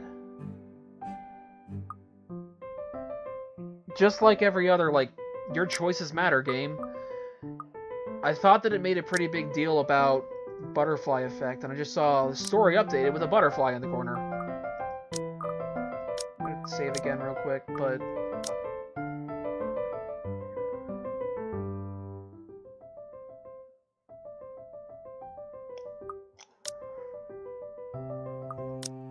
Nope, guess not. Oh well. But isn't it a little too early to make plans when no deal has been signed yet? Never mind that. It isn't going to be a problem. We've got a wonderful legal team to handle everything. Start taking notes, though. I think I've got a few things I want changed before we move in. The rest of their conversation gets lost in the chatter of our companions. Good. I don't want to make any assumptions yet, but their sheer interest is enough to give me some semblance of hope. Oh, please, please, please let these guys be the one. Eventually, our group reaches the kitchen. Much like the rest of the house, a great deal of effort has been put in retaining this room's classical appeal. The open hearth in the end of the room in particular looks amazing, like the ones I've only seen in fairy tale books. And mad props to the cleaning crew. Seriously, after hearing hundreds of their complaints about the soot and tar staining the bricks, and how much of a pain in the ass this cleaning will be, they still managed to pull this off. Or at least make it look presentable, at least. The highlight of the room, however, is what's underneath this hatch here. Oh, don't say anything yet! An underground wine cellar. This is the first time the guy in gray speaks up. Mr. Luke Wright, my memory supplies from the forms they signed earlier. His sudden attentiveness catches me off guard. Since the start of the tour, only his wife has shown any form of genuine interest in the place. But this time, something lights up in his eyes at the mention of the Undercroft. What's so interesting about a basement? I really don't understand rich people sometimes. Right now, he just gives me the impression of a child who has seen what he absolutely wants for Christmas. I always found it cute whenever I see children act that way, my younger siblings especially. On a grown man? It's almost funny. Yes, sir. It could house around 7,000 to 11,000 bottles of wine. Truly? And the room? How was it built? The bricks that were used to build the cellar had been carefully picked for the purpose of maintaining and preserving a constant temperature and humidity in the room. It's a good place to keep your private collection in if you have one, sir. It keeps the corks in good condition. Oh, love. Didn't you say before that you wanted to make your own personal vineyard? Perhaps you could start one here. You know we're going to need space for that, darling. And this isn't big enough? If it's space you're worried about, sir, the Ermengarde mansion sits on a 46-acre lot. There's plenty of room for it. We were told that the original owners had a horse stable built here before, too. I mean, dude, it's an anime game. You have to assume they're real.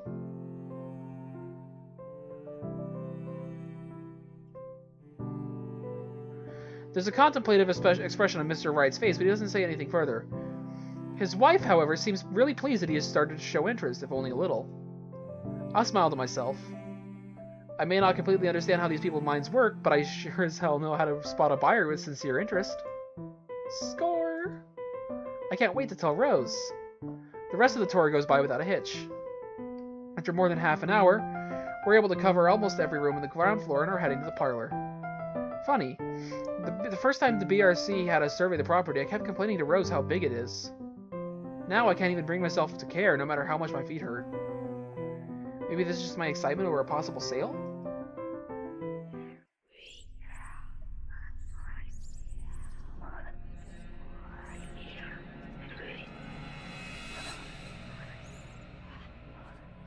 What am I hearing? What's this whispering?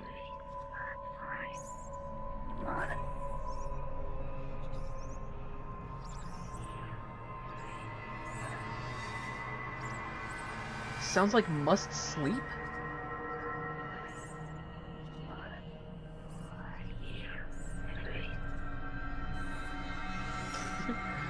Once we reach a parlor, however, an odd feeling washes over me.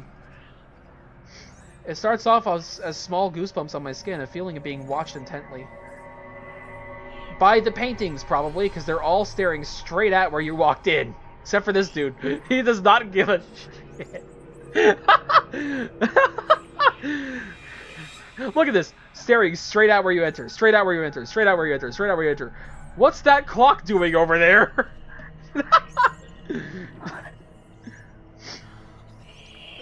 Whispers in my ear and shadows dancing, lurking in the corner of my vision. Where are the shadows dancing? I don't see it at all. Dark silhouettes that are gone when I turn to look. A chill settles down my spine, making me feel sick, and I start to break out in a cold sweat. I can't do this. I heard that one. That was straight up help me.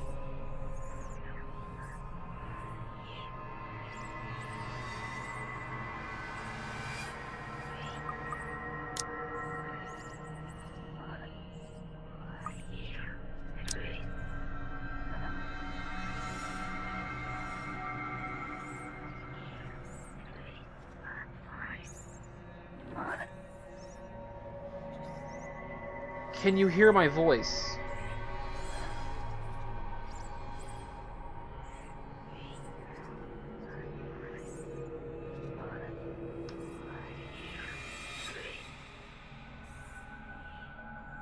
I heard the can you hear my voice on that one. I need to sit down for a moment. The old ladies have been in the group have been requesting for a break anyway. If I can just... Excuse me? Everyone? We will be taking a 15-minute rest here before we visit the first floor. In the meantime, please help yourselves to the refreshments and snacks we prepared. If anyone has any questions, feel free to approach me. I'd be happy to help you. I let them sit while I retreat to a quiet corner to recover. Help me. It's not what you think. Don't think about it. It's not what you think. I probably just caught Becca's cold. Don't think about it. I'm left alone for a good while, the same words spilling out of my lips in a silent prayer, until a hand taps my shoulder. Hello, you there? Yes, ma'am? Oh, look at you! Having to show a group around a mansion this big must be exhausting. Not a problem, ma'am. I'm just doing my job. What a hard worker! Anyway, Isabel, right? Isabella, actually. But yes, what can I help you with, ma'am, right? Please, just Hana. Call me Hana. I just wanted to ask, how soon are we able to move in? My brain completely stops. The sick feeling plaguing me is suddenly gone, replaced by utter bewilderment. Is this a joke? She looks at me expectantly as I struggle to come up with an answer. Wait, ma'am, you see... But we haven't even negotiated a price yet, ma'am. We haven't even finished touring the rest of the mansion. A sale would be great and all, but... She stops me from speaking any further and puts a hand on my shoulder. For a moment, with her tight smile, she looks as though she has tasted a particularly sour lemon. Oh, please, sweetie, don't insult me. Money is not a problem. And, just between you and me, this place is better off with us than with some old lady who will probably just fill it up with cats. I personally don't think there's anything wrong with having cats here, ma'am Hana. I'm sure there's more than enough space here if you want pets. Perhaps I'm still not feeling well, but really, what's wrong with cats? More importantly, why is she talking about moving in already? Well, I'm more of a dog person. But you see, this is going to be a gift to my darling. It's going to be our anniversary soon. And it would be so wonderful if you can secure its purchase for us. Well, good for you. You gotta go through the proper channels and do the right paperwork, but frankly, if you're that interested, we could speed it up. I see nothing wrong with this scenario. Why, I can even offer something extra if you help us out with the paperwork. We actually have a process for this, ma'am. Yeah, you can't do it now. I don't really think that would be necessary or appropriate.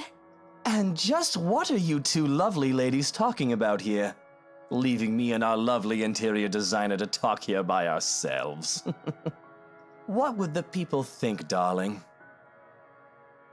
Oh, it's just small talk, love. I was asking if she could help me with the paperwork. I try not to wince when her nails dig into my shoulder.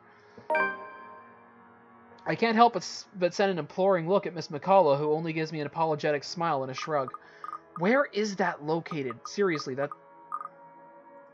I'm going to save real quick. And then I'm going to go out to the main menu and see if I can find where...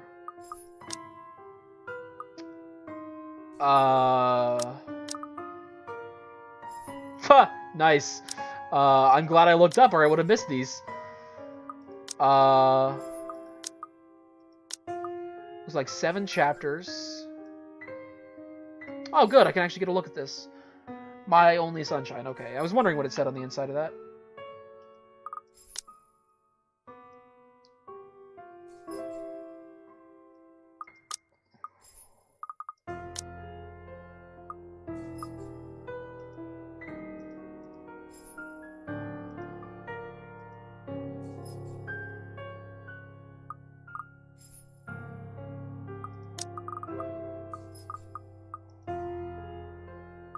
Seriously, why does it say story updated in the top corner?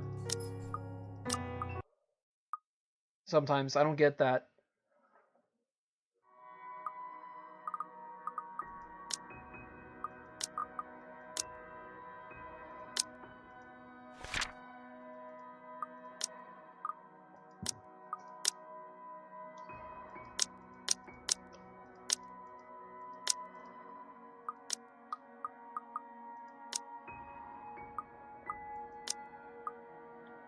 Weird. Oh well. I can't help but send an imploring look at Miss McCullough, who only gives me an apologetic smile and a shrug. Yeah, I can give you a fact sheet and a form to fill out. She wastes no time in taking the papers from my hand and shuffles through the bunch. Oh man, Rose is going to be so angry with me for letting her do that. Wonderful. And Marianne, I'd really love to talk to you about those changes. You took some notes earlier, yes? I did, Mom. But I really hope that this time... Excellent. Hopefully you can help us out too, Isabel. Isabella. Right. It's a lovely name, Isabel. It's Isabella. Yes, that's great. We'll be more than happy to put in a good word to your superiors too, and... What's this? A look of confusion and disgust appears on her face.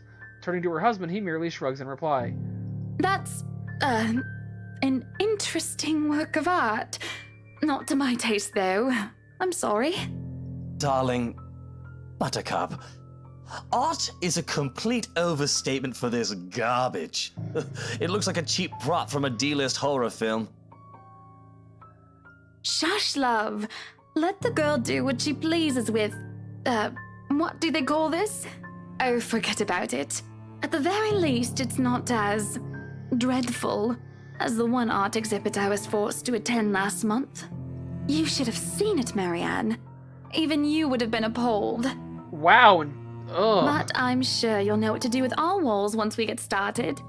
I highly doubt it is as bad as you say, Ma'am. Nevertheless, you can be assured that my team will only pick whatever suits your tastes. Nothing of this chain letter sort, of course. It has to always work with a palette. I'm quite sure chain letters these days don't come in this form. It's my turn to be puzzled. What do they mean? Rose and I double-checked everything. Are the papers I handed not enough? I want to ask what I did wrong. I don't want to mess this up. With the way Ma'am Hannah's leading the conversation, I'm afraid that's exactly what will happen if I do interrupt her. That's good to hear.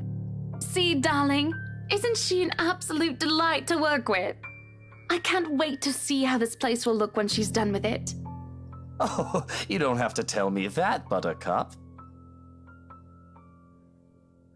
A smile is back on her face when she turns to me and hands me a strange piece of paper. I would still put it away if I were you, though.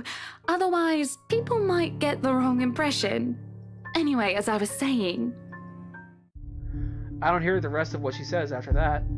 I can only stare down at the paper, at the letter in my hands. The sides crinkle in my grip and my breathing grows labored. Dread quickly fills my mind. Isabella? Isabella? Are you alright? Rose. You're looking pale. I didn't even notice when Rose's group joined us in the parlor. I want nothing more to say that no, I'm not alright. I want to leave this place. Because I remember everything as clear as day. This letter and that woman in the attic. It's real. The letter. I'm sorry, I didn't know. Careless. I've been so careless. How do I even tell them that without looking like I've gone mad? Ooh.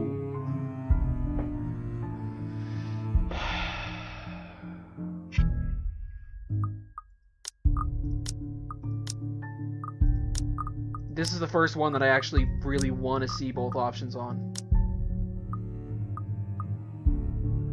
Which one, John? I'll check the other one after I'm done streaming. See what happens.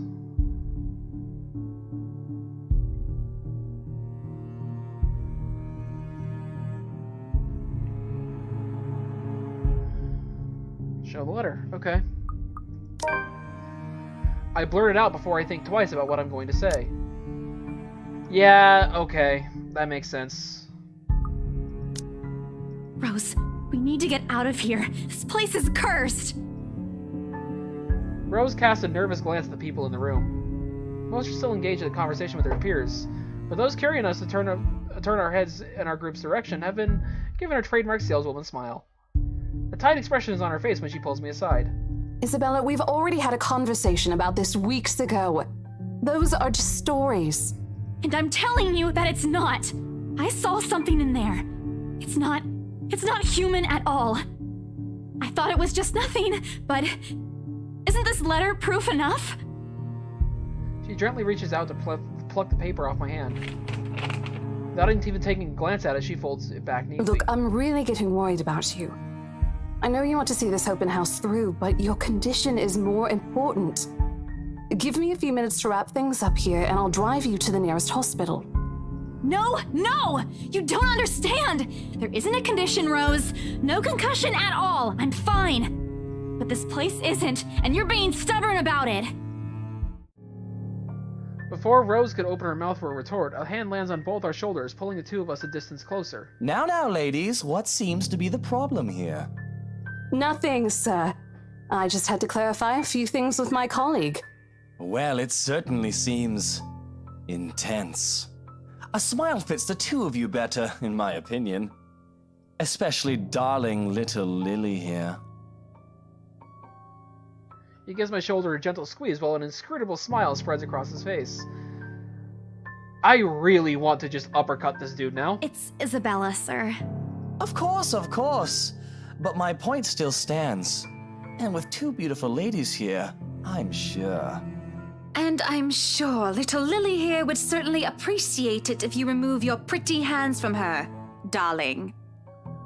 The pressure on my shoulders lifts as soon as those words leave his wife's lips, while the scowl on her face feels like a splash of cold water on me.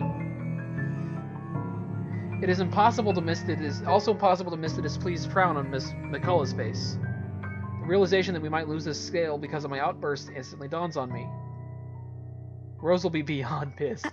I think I need to step out for a while. I'll be back. Bowing my head, I mutter a quick apology and gather my stuff to make quick exit.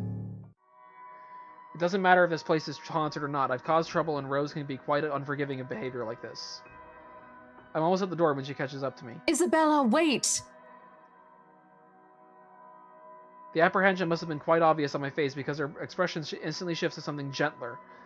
Eyes softer, a fond smile spreading on her lips. Hey, I'm not angry. I know. I'm sorry I ruined this for you. Come on, you didn't ruin anything. It's not like we haven't ran into any problems before. If we don't get a deal today, we can always try on a different day. And look. Oops, sorry.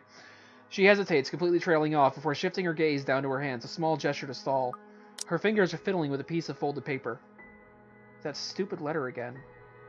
My hands stiffen when she gives it back, but I take it nevertheless, more as an automatic response than any desire to have it back. I'll throw it away if I can. But I have this nagging feeling that, one way or another, it'll find its way back to me regardless of what I do about it. Rose, this is... You have to let them know about... I know you want us to get this sale so badly. And we've made a lot of plans on how to go about this. I mean, who wouldn't? This is the first time I've been assigned to a property like this. I've sold plenty of houses before, but nothing like what we have here. It's a beautiful house. I'd love to get one of my own if I ever win the lottery. But I think... Look, here's the thing, Isabella. If we are going to do this, work on something, I don't know, this big, I need you in top shape. And the way you are now... My mind stops. What? Wait. No, I can still work. I just need to get myself together. That's what you said earlier. I let it go because I thought, hey, it's your own body and you should know more than anyone how you feel. But after this, I really think you should take a break. You're kicking me out? No, I'm not. Look, all I'm asking is for you to take a seat somewhere I can see you, and let me handle this for now. You're clearly not yourself, and I honestly could use some time not worrying when you'll fall over or not. The day's not even over, and I'm already feeling the stress. Please, humor me just this once. She clasps her hand together in front of her eyes pleading for understanding. And I do understand. To some extent. That doesn't mean I'll feel any less awful. Whether at myself, at the unlucky turn the situation is taken, or for her, I really don't know. I promise I'll give you a full report of what happens after. I'll even let you take the lead tomorrow. Fine. Okay. I'll step aside for now. You're upset. A little, yeah, obviously. If it's any consolation, I won't tell the boss about today. You know how he is. Please don't. I don't want a repeat of the lecture I got during my first assignment. Hang on a sec, I got something I gotta check real quick.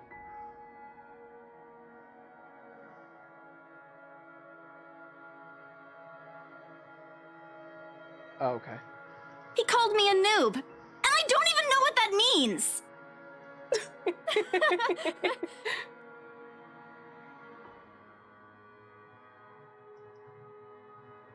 Damn it. At the memory, we both burst into helpless giggles, and I am earning a strange looks from the guests milling about the door. Talking and laughing like this, it's easy to forget any mishaps that happened. Little things you learn to appreciate, I guess? So, are we good? I'm still not okay with it, but Rose has a point. It's better for me to step out of this one for now. I won't be able to help you anyways if I keep getting distracted like this. Maybe I'll just take a walk outside or something while I wait for you to wrap things up. Please, just stay put. I insist. I'm not an invalid, Rose. You clearly have not seen how you looked earlier. It's not that bad. Color hasn't even returned to your cheeks yet. Just stay here, all right? Don't even think of going anywhere. Let me finish what I'm doing here, and then I'll take you back to Luxembourg myself to have that minor bump checked. At least wait for me to call someone who'll fetch you, okay? She's gone before I can even voice one word of complaint. Left with nothing else to do, I find myself drifting back to the foyer. A few visitors linger in the area, some merely enjoying the afternoon sunlight streaming through the stained glass windows.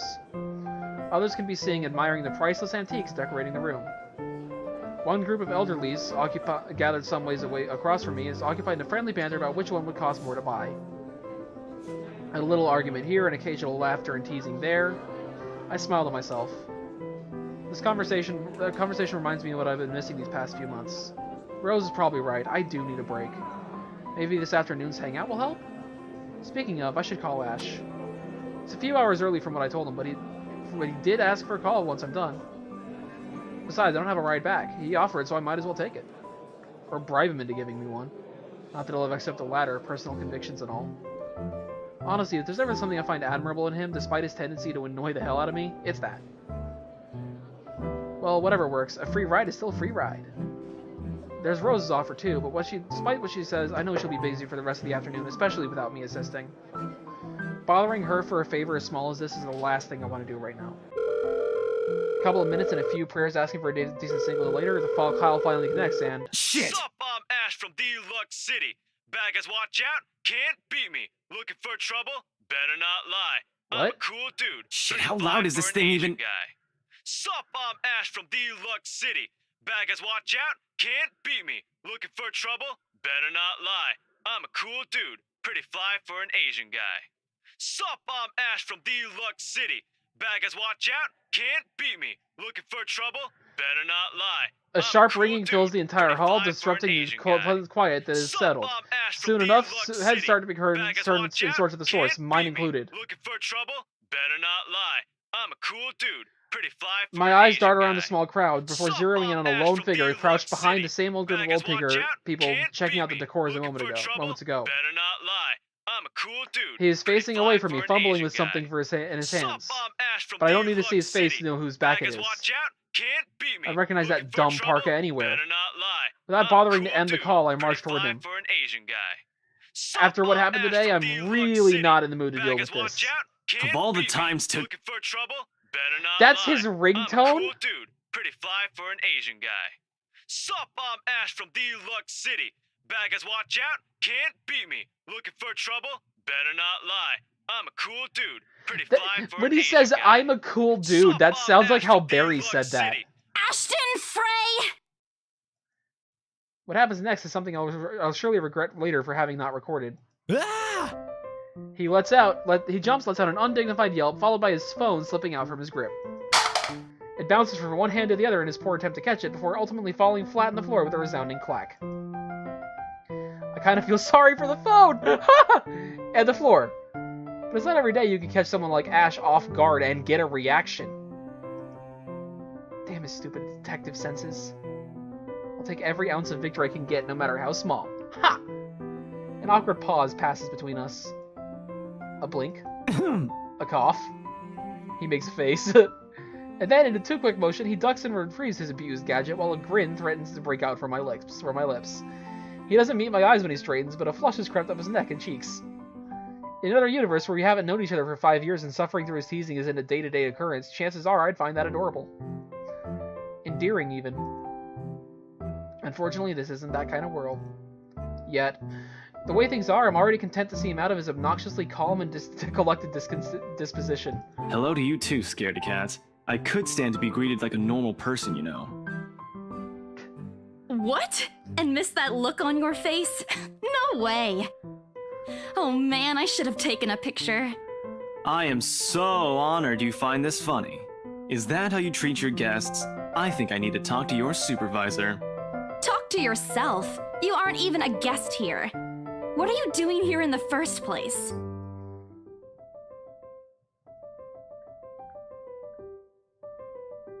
Damn it, I keep doing that. For a moment, he looks like a cat that swallowed the canary. Suddenly, checking every nook and cranny on his phone for any damage or scratches seems to be a more interesting activity than explaining himself. Ash? I could be looking to buy a house. A mansion?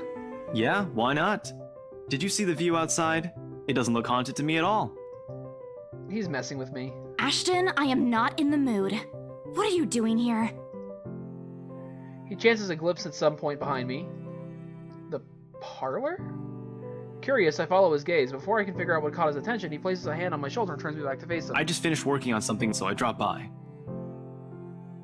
I still don't see how his work has anything to do with why he's here. At my confused look, he drops the hand resting on my arm like he has touched something particularly hot and casually rubs the back of his neck. And I said I'll see if I can pick you up. Turns out I can. Free time and all. So here I am. Figured you'd still be busy, and so I roamed around for a while. Oh, you should have mentioned that sooner. I was about to throw you out. Throw me? Hey, I was given a pamphlet. I think that makes me a legitimate client. We have mandatory sign-in sheets for clients, Ash. I didn't see your name on it. And you can't just roam around because it says open house. Normal people actually follow an etiquette here. Right, okay. I think I'll just go ahead and... No, wait. I wasn't really going to throw you out. Rose said... Never mind. I was just about to leave anyway. Wait, what? Now? Something must have shown on my face because he pauses and gives me a long, hard stare. Sometimes I forget how easy reading people is for Ash, given how often he looks as if everything around him is a chore. I avoid his eyes, hoping he'll drop the subject and will ask him more questions. The last thing I want to tell him about is what happened, especially the part about the letter. In fact, he's the last person on Earth I'll ever think about telling it to if I can help it. Sure, he's a dependable guy. God knows how many times he's helped me, even without me asking for it. But stuff like ghosts and the supernatural? He'll never believe those even if he hears it from a friend. Except maybe if it's Becca. On a good day, the most harmless thing he'll do is give you an explanation of why those things have no chance of ever being real. At worst, he's insufferable. He'll poke fun at you every single chance he'll get. Asshole. What did I ever do to him? He never does that to Becca or Zach. John, is it obvious to you yet that these two end up as an item if you do this game right? Because seriously, that happens in every one of these stories. Every single one. The guys who hate each other the most are the ones that end up together. Right? I mean, I can't be the only one who notices that. I can already imagine how things will go down the moment I spill a word of what I saw. It's like, it's kind of like what, people on Versus and Game Grumps have said. Your friends you're courteous to. Your best friends you tease incessantly. Nope, over my dead body. Before it catches his attention, I shove the letter deep into my bag. What's wrong? Nothing. Let's just go. Doesn't look like a nothing to me. We still have Zach's movie tonight, remember? It's still early. And didn't you say your shift will end around 5 or 6? What about... Hey, Isabella, wait up! A rush of air greets me as soon as the main door opens. Not the usual autumn draft, but it's still a welcome change from the stifling atmosphere inside the mansion. Ash's footsteps are quick behind me, the soles of his shoes thumping hard against the polished concrete in awkward cadence as he rushes to catch up. He calls out once, twice. The mansion still looms in the background. Whispers calling me back, shadows beckoning.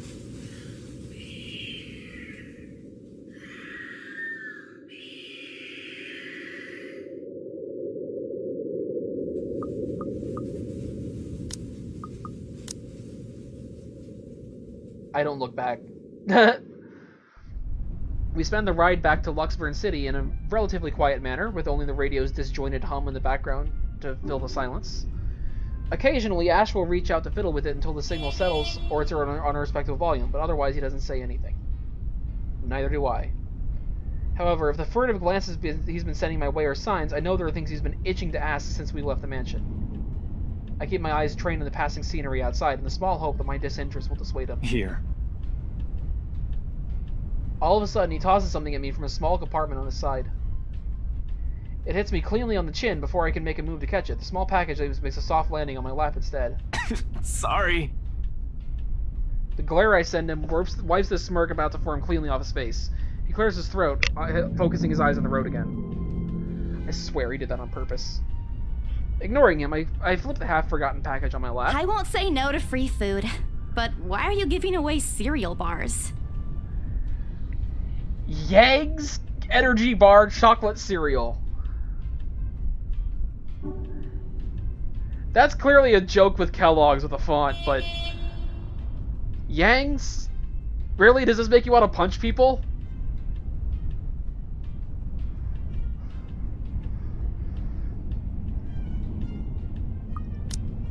I always have one on my person, and you look like you're about to pass out back there. Have you eaten lunch yet? I don't even get a chance to deny it, because right on cue, my stomach rumbles loudly and an empty gnawing feeling in my belly becomes noticeable. No surprise there. I did skip breakfast and lunch so I could catch Becca while she was on break. I was hoping to get a small meal after. I guess with everything going on, I just forgot until Ash mentioned it. It's not like the hollow feeling is new to me, though. If anything, it's just one of the things I've gotten used to ignoring over the years growing up. Why is she so relatable in this case? A thanks, then I tear open the package and start nibbling on the edge of the bar. Apart from an acknowledging nod, Ash doesn't say anything after that small exchange. For that, I'm thankful. After getting an earful from both Becca and Rose, it's nice to be able to sit down with just someone who's not going to nag at you. How'd the open house go? The usual. We got a bigger crowd than normal because of the property's fame, but really, no different from the typical open house. On second thought, it actually looks like a fancy party more than an open house. I've never felt so underdressed in my life. Weren't you there? I wasn't really listening. I should have asked someone to kick you out. No, you won't. And what makes you so sure? One, ever since you got assigned to this property, you've been freaking out about it. Rebecca's words, not mine. She's been complaining to me about how you talked your ears off, by the way. Two, despite your initial qualms about the place, you still took the job. Which brings us to three. It's been months since you last settled a deal, and you're short on money right now since you're back to your instant noodle diet.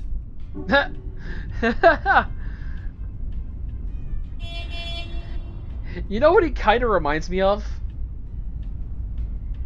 He kind of reminds me of L.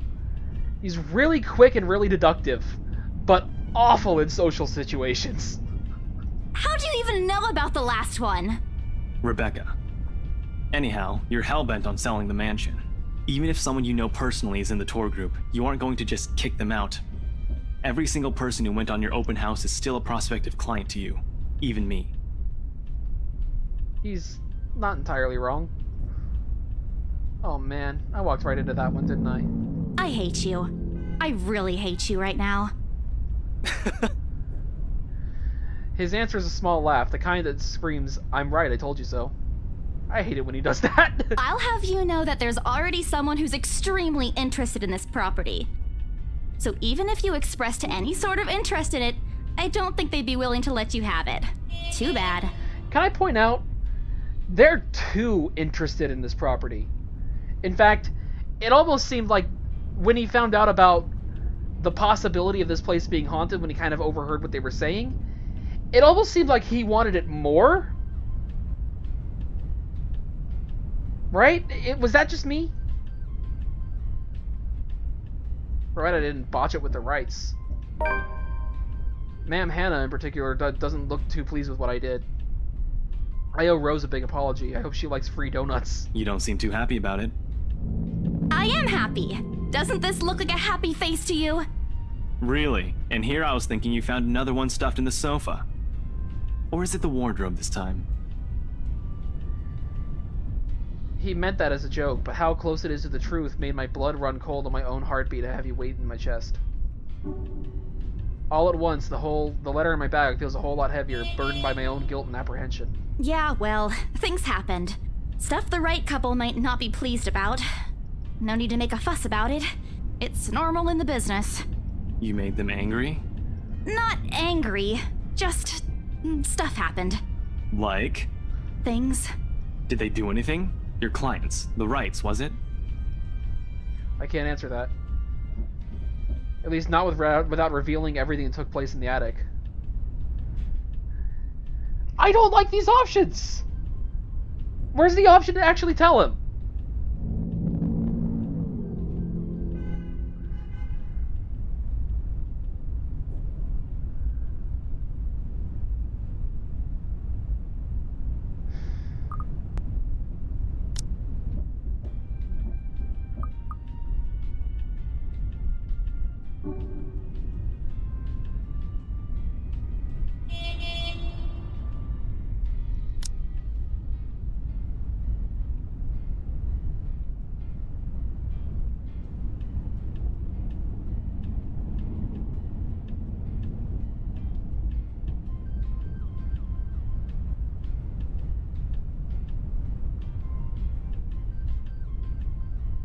This music.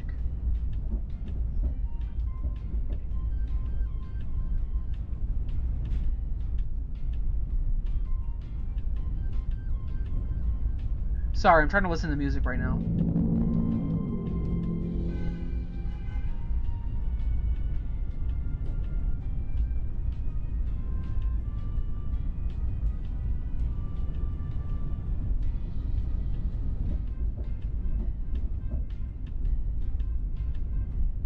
Hold on a second. I'm gonna save real quick, and then switch to intermission. Cause I want to check this, and I'm pretty sure I know what song this is. So, give me a second.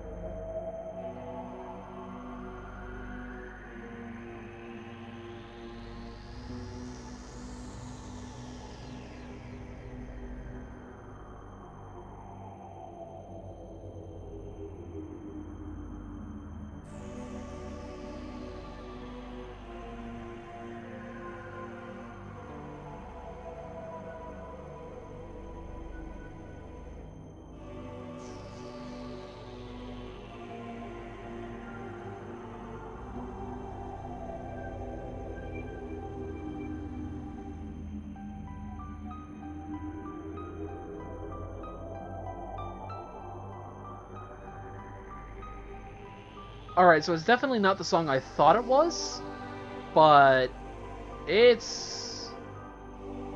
I know I've heard it before. I just don't know where I've heard it before. I'll switch back to this tab so I can show you.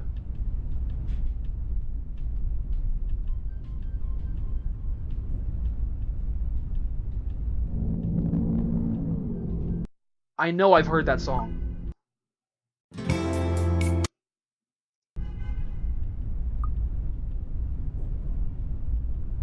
It sounds like generic elevator music, but it's not. I swear I've heard that. It was one of two places. It was either somewhere in Smash Bros. Brawl or a Proton John video. And I don't remember which. Anyway, which choice are we doing, John? Change subject or why?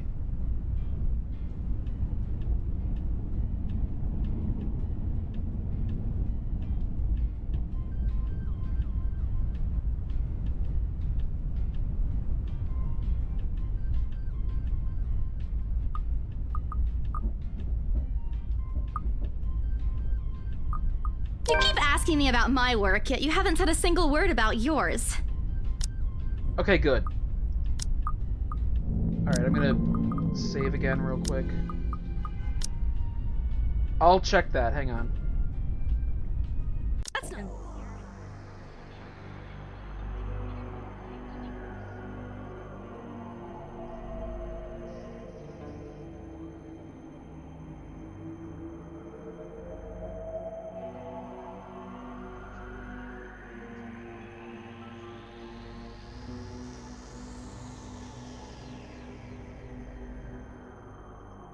No, it's not Dead Rising.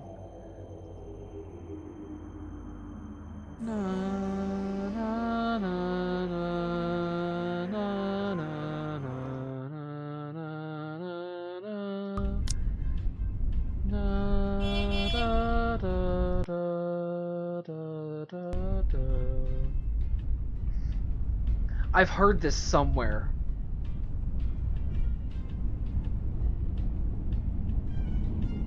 Anyway. That's not fair.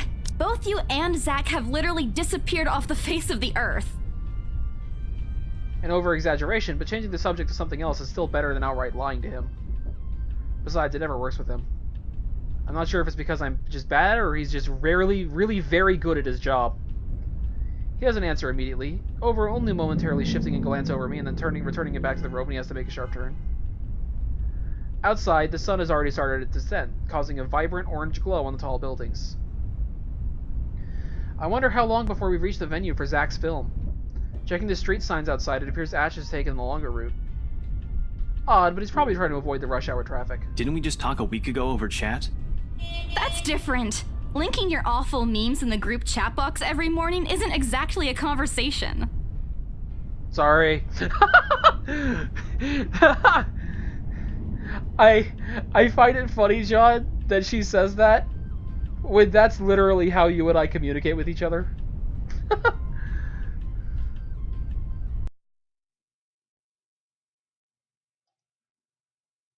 Excuse me, I don't hear you calling them awful while you're laughing at all of them.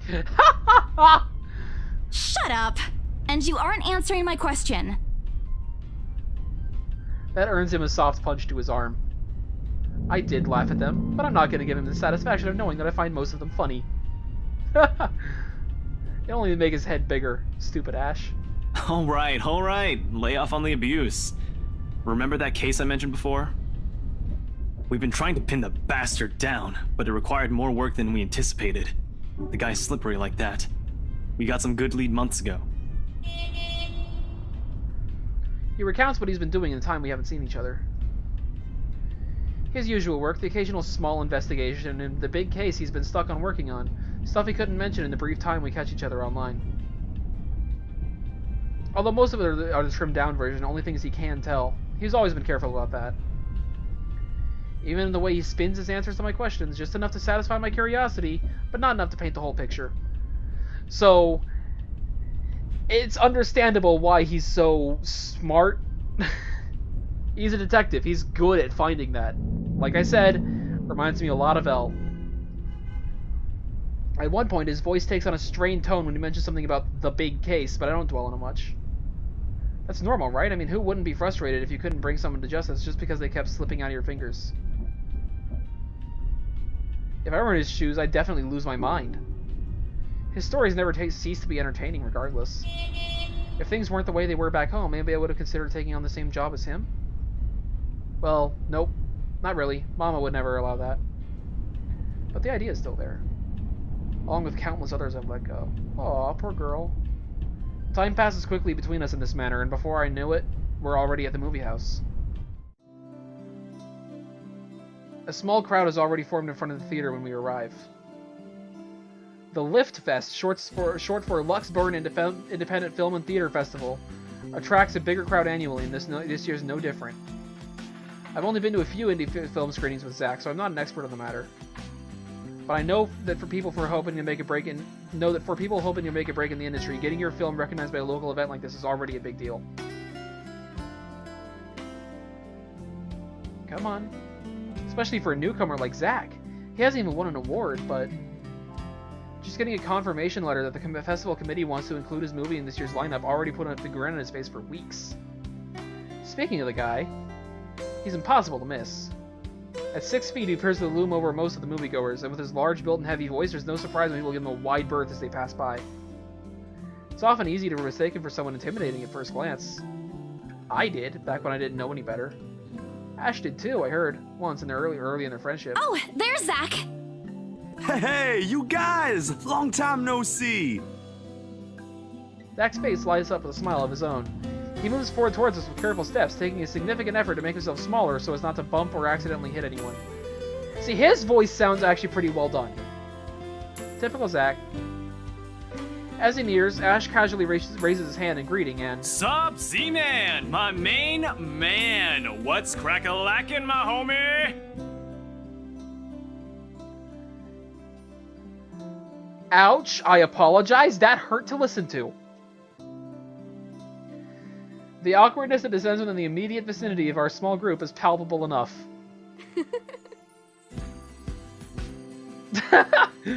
Somewhere to our left, a girl giggles, and then only then do I become aware of my mouth hanging open. I'm almost amazed at how Ash can say that out loud with a straight face. Almost. Considering his track record, I should be used to it by now. Zach seems to be. Yo, stop trying to act black, Ashton. And you're the only one who calls me Z-Man. There's fondness underneath his exasperated tone. If this were any other person, he'd likely be offended, but years of friendship and familiarity have made those words harmless to the other's ears. See, yeah, that's why I'm like, that's not as bad as you're making it out to be, but that was really awkward. Or at least enough for both to take it in stride. It's been a while, Zach. I hope you didn't get into trouble again. Not much to get into trouble lately without you, I'm afraid. I'll let you know if something comes up, though. Nah, I ended up with Chicken Down stuck on me last time I agreed. I'd really love at least this year to pass without some sort of accident happening again.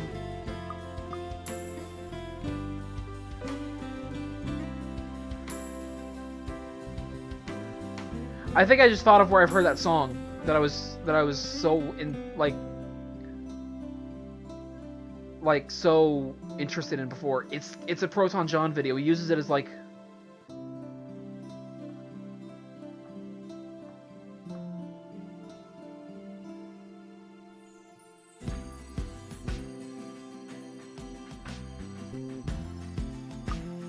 I looked it up. I couldn't find it.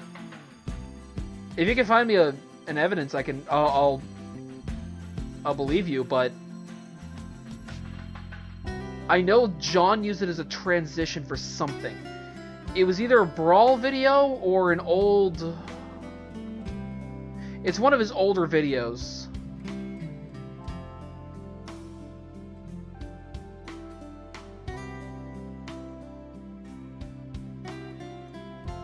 It's bothering me so much. Hey, I take offense to that. It wasn't that bad. You really have no idea. A beat passes. And then Zach laughs. Hey, I'm kidding! You know you can always count on me. It's a story that only two of them are privy to. Every now and then, Ash will enlist Zack's help on something. So it's a noodle incident. Got it. Becca and I never really found out what the real deal is with those adventures, as Ash calls it, and both aren't willing to tell due to some unspoken agreement.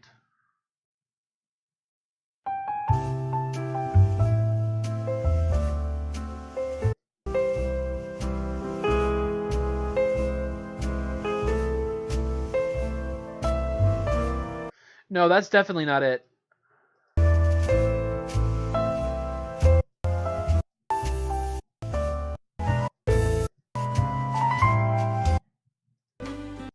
Yeah, that's definitely not it.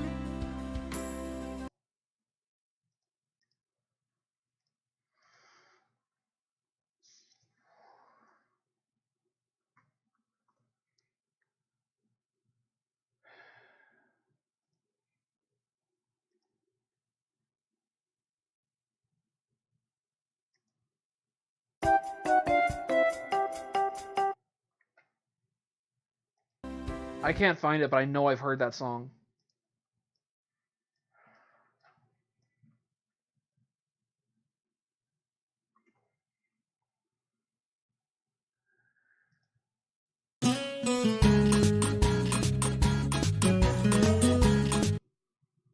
It's not that either.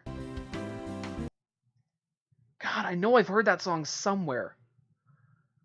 It was, na na na da da la da da da da da with like a light flute. I can't place it. It's bothering me so much.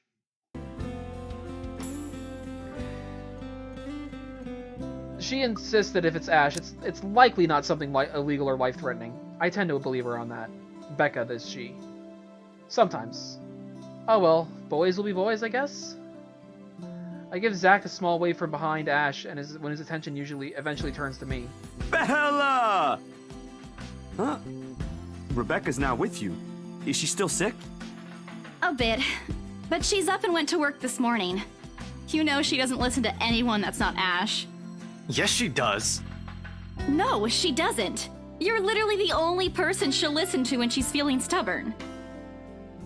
And it's true. They've known each other far longer than any of us in the group, childhood friends and all. But don't worry, Zack. She's probably on her way here now. She promised she wouldn't miss your movie. Isabella! Oh, thank goodness! Speak of the devil. Without warning, a hand grabs me by the shoulder and turns me around. Becca! You're just in time! I have to lean back with the way her face is almost invading my personal space, but she places her hand on either side of my head to keep me still. She stares at me intently, concern filling her eyes. Her face still looks really weird. Becca, you're squishing my face. How are you? Are you all right? Why wouldn't I be? Rose called me earlier. Those 4 words tell me all I need to know. Since I don't have my family living close by and the only other relative I have works on the far side of the country, I gave my company Becca's contact number in case of emergency. I should have known Rose would call her. I push Becca's hands away from my face. Although she lets go, her eyebrows remain drawn together. Oh, no, everything's good. Rose covered for me at work today. That's not what I'm talking about. How's your head? Beside me, Ash snickers.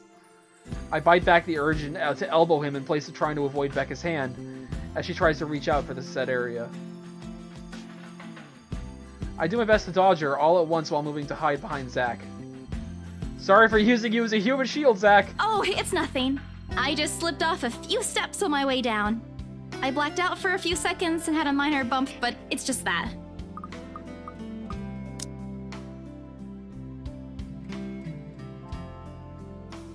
So there's really only 2 groups of 3 that Isabella ends up meeting. You blacked out? It's not something to brush off. Come on, at least let me check it. It's extremely minor. You wouldn't even know it's there. Isabella, this isn't a laughing matter. She did look pale when I saw her. Wow. Thanks a lot, Ashton, you traitor. I'll get you back for this. Just you wait. What? I'm just saying it as it is. If you mentioned this earlier, we wouldn't be having this conversation right now. I'm sorry. Saw her? Yeah, they arrived together. Better look fine to me then. I don't know. Something crosses Becca's face, but it's gone before I can figure out what it is. Oh, that's good. At least she didn't have to travel alone, right? At least. Good. See? I'm okay. I wouldn't be here if I wasn't. And I don't want to miss Zach's film. We can always watch it some other time. Sorry, Zachary. No, it's good. But you guys should really keep it down. We're starting to attract some attention.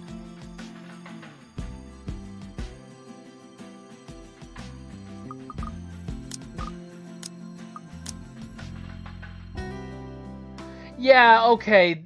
It had to be. Yep. That's it. That is 1000% it.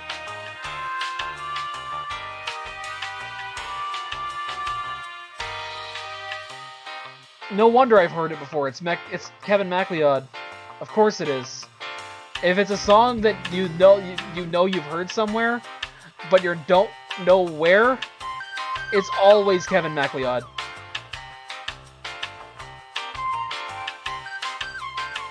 Because he put out so much music for people just to use whenever they want to at no cost to them. I mean, it's a good thing. It's just, he did a great thing. It's just, people overuse some of them, and I've heard this song at least 2 times before, and I don't know where.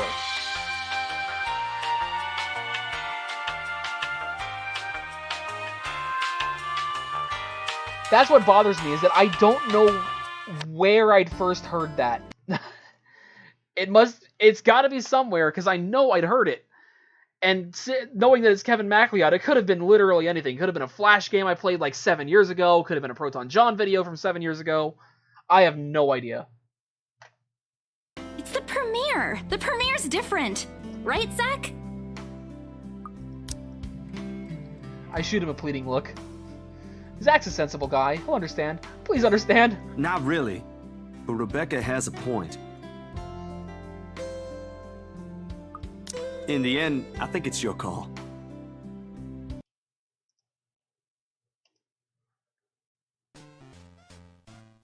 Is this any better? Dude, that is so good. That one is so good.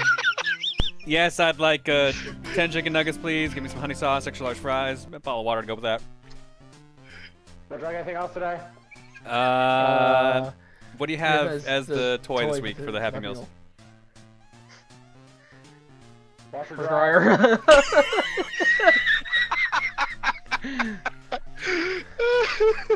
A combination of washer dryer, really? Sweet. Can I be off for you today? Yes. 675, please hold the next window. Okay, thank you. Oh, I just realized that me trying to find those on this tab actually leaves my audio not muted. Whoops. Whoopsies. That's so good, dude. So good. That's why I switched to intermission before. I forgot. Oops. Only way I'd have game audio is if I did it the way I did. So yeah, I need to remember to go to intermission whenever I'm going to click a link. Still getting used to this program and everything. And also, I'm gonna have to change my hotkeys if I'm playing this game, cause this button here, Control, is advanced text and dialogue. I have my hotkeys set to Control, Shift, and then some of these buttons here, A, W, Q, and then 1 through 4. So, if I go to do a hotkey to switch my tab, I end up advancing the text dialogue without trying to.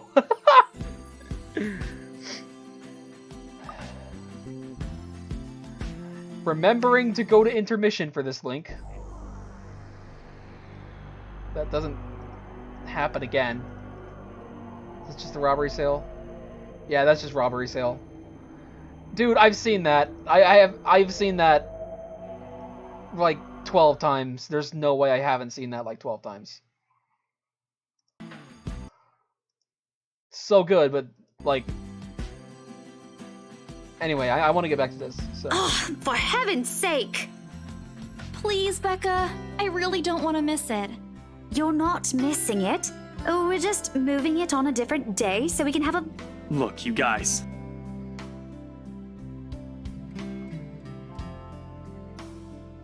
Ash's loud sigh unexpectedly cuts through the conversation. He's pinching the bridge of his nose as he speaks, something he usually does when he's getting impatient. If she says she's okay, then there's nothing we can do about it. It's not like we can stop her either. Besides, she's still acting like the same old Isabella to me, if she can still run around like that. Why are you taking her side? I'm not. But if she wants to watch Zach's movie with us, I'm not going to stop her. She's probably the one looking forward to it the most. Ash, that's... You, of all people, should know... Tell you what, if I notice something amiss with her, I'll take her to the nearest hospital myself. Is that good enough for you?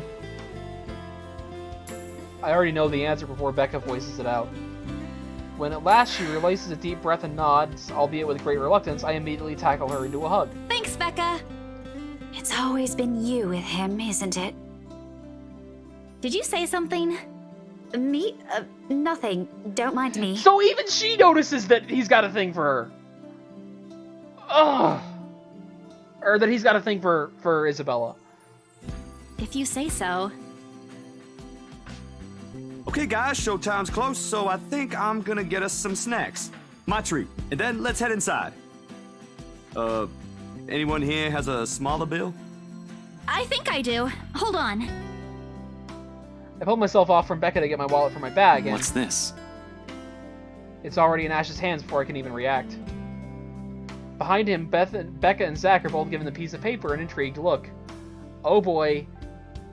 Here we go. No! Give it back! It's just a paper. I don't care! Give it! Looks ancient, too. Why do you keep this around? I try to reach for it, but he holds the paper way above his head. I've never been particularly sensitive about my own height, but right now I really wish I had that advantage over him. Don't open it! What's the big deal? It's not like it's a love letter. I don't see any reason to... Here we go. Hold on a second. This isn't it? Even if it is, it's not for you. Okay, now I'm curious. I'm telling you it's nothing like that. It's... The rest of my words are lost when he unfolds the paper. Here we go. I can't breathe. Achievement unlocked too early for Halloween. I love the names of these achievements.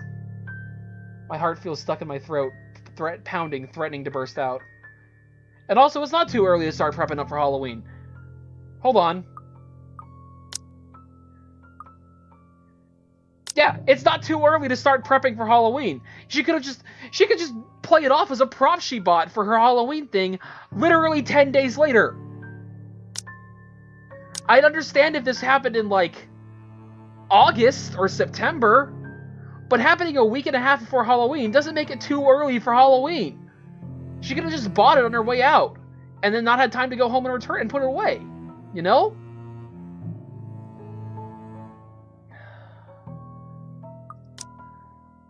My heart feels stuck in my throat, pounding, threatening to burst out.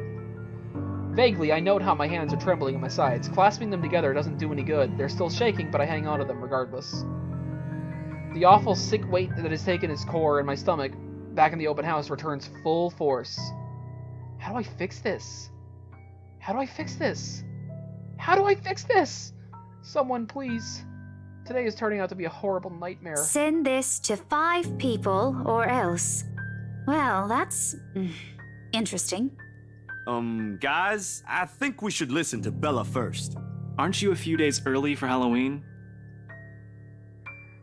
Ash waves the paper in front of me, giving me a fleeting glimpse of its contents.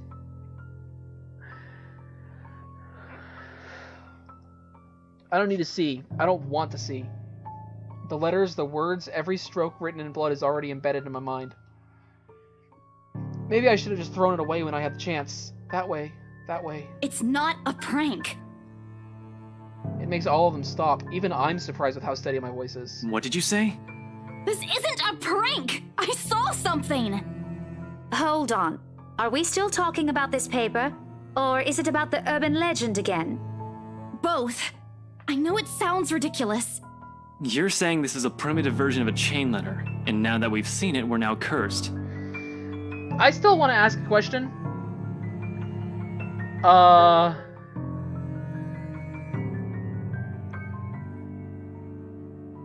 How come Ash and Zack have like American accents as well? I just thought of that too. You've got to be kidding me. See? This is why I didn't want to tell you guys. Isabella, aren't you taking this a bit too far? It's not a joke. Will you guys listen to me first? I saw something in the house earlier. It stood right in front of me. I don't think they did, though.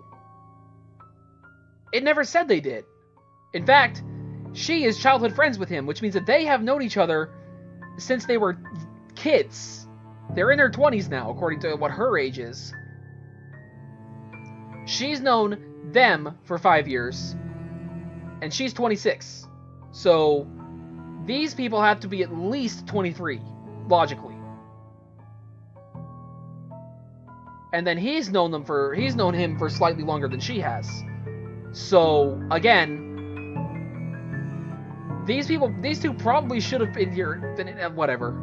If I hadn't gotten away, that thing might have... Right. And in broad daylight, Isabella.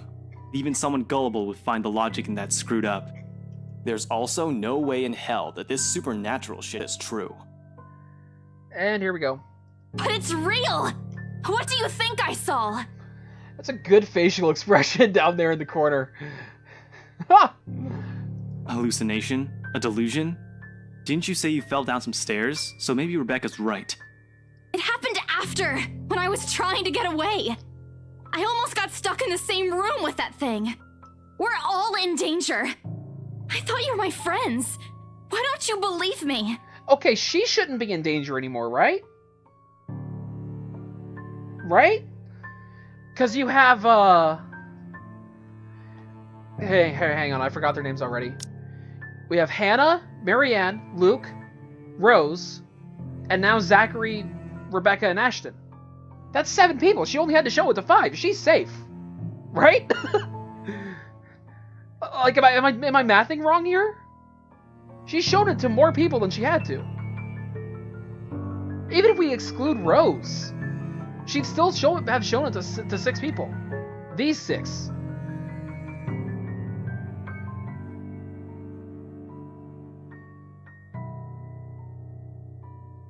Okay, she didn't send it to them.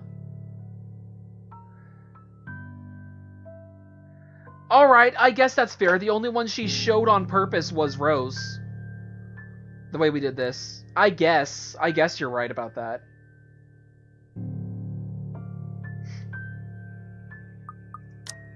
We are, and you know that.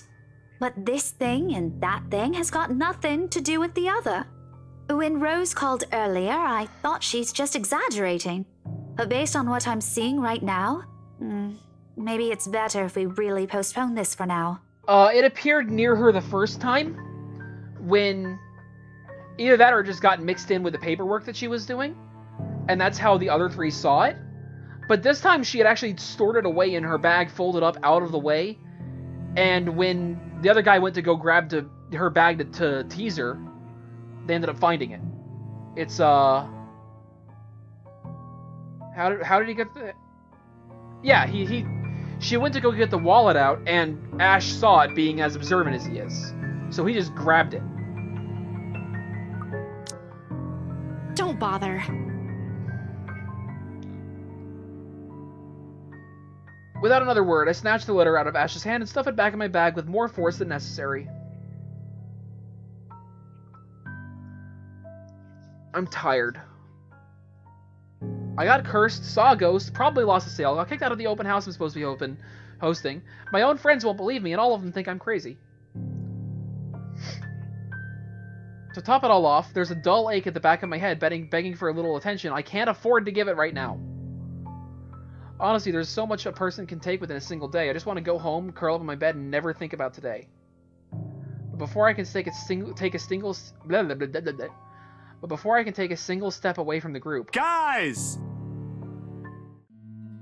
Zach rarely ever raises his voice even when there's a point he wants to drive home, and hearing him take on that tone completely throws me off. Even Ash and Becca. Whatever harsh words yet to come out from the argument immediately die on our tongues. Why don't we all calm down first? I'm sure Isabella has her reasons too. No need to be hard on her. And hey, ain't this supposed to be a happy get-together? We haven't seen each other for months. I'd really love to know what y'all have been up to. I only ever get to talk to Bella over chat. Please. He has a point. Ash, for all his attempts to look cool and distant, has also been looking forward to this. He even took the time to call this morning for a reminder. He never does that. Becca too, I'm pretty sure that's another reason why she got out of bed today.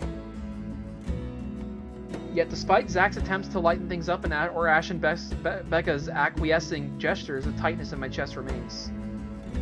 I should have just kept it to myself, or at least went with the idea that it's a prank. If I did, things might not have turned out the way they did. No sour mood, no bad vibes. Careless, so careless. Maybe leaving is a better decision for all of us? No, it's not. I'm not giving you a choice on this one. We're staying for this movie. See? That... Wow, I'm making Becca like me less and less, apparently. I'm surprised that didn't actually increase Becca's friendship. Glad it increased the other two, though.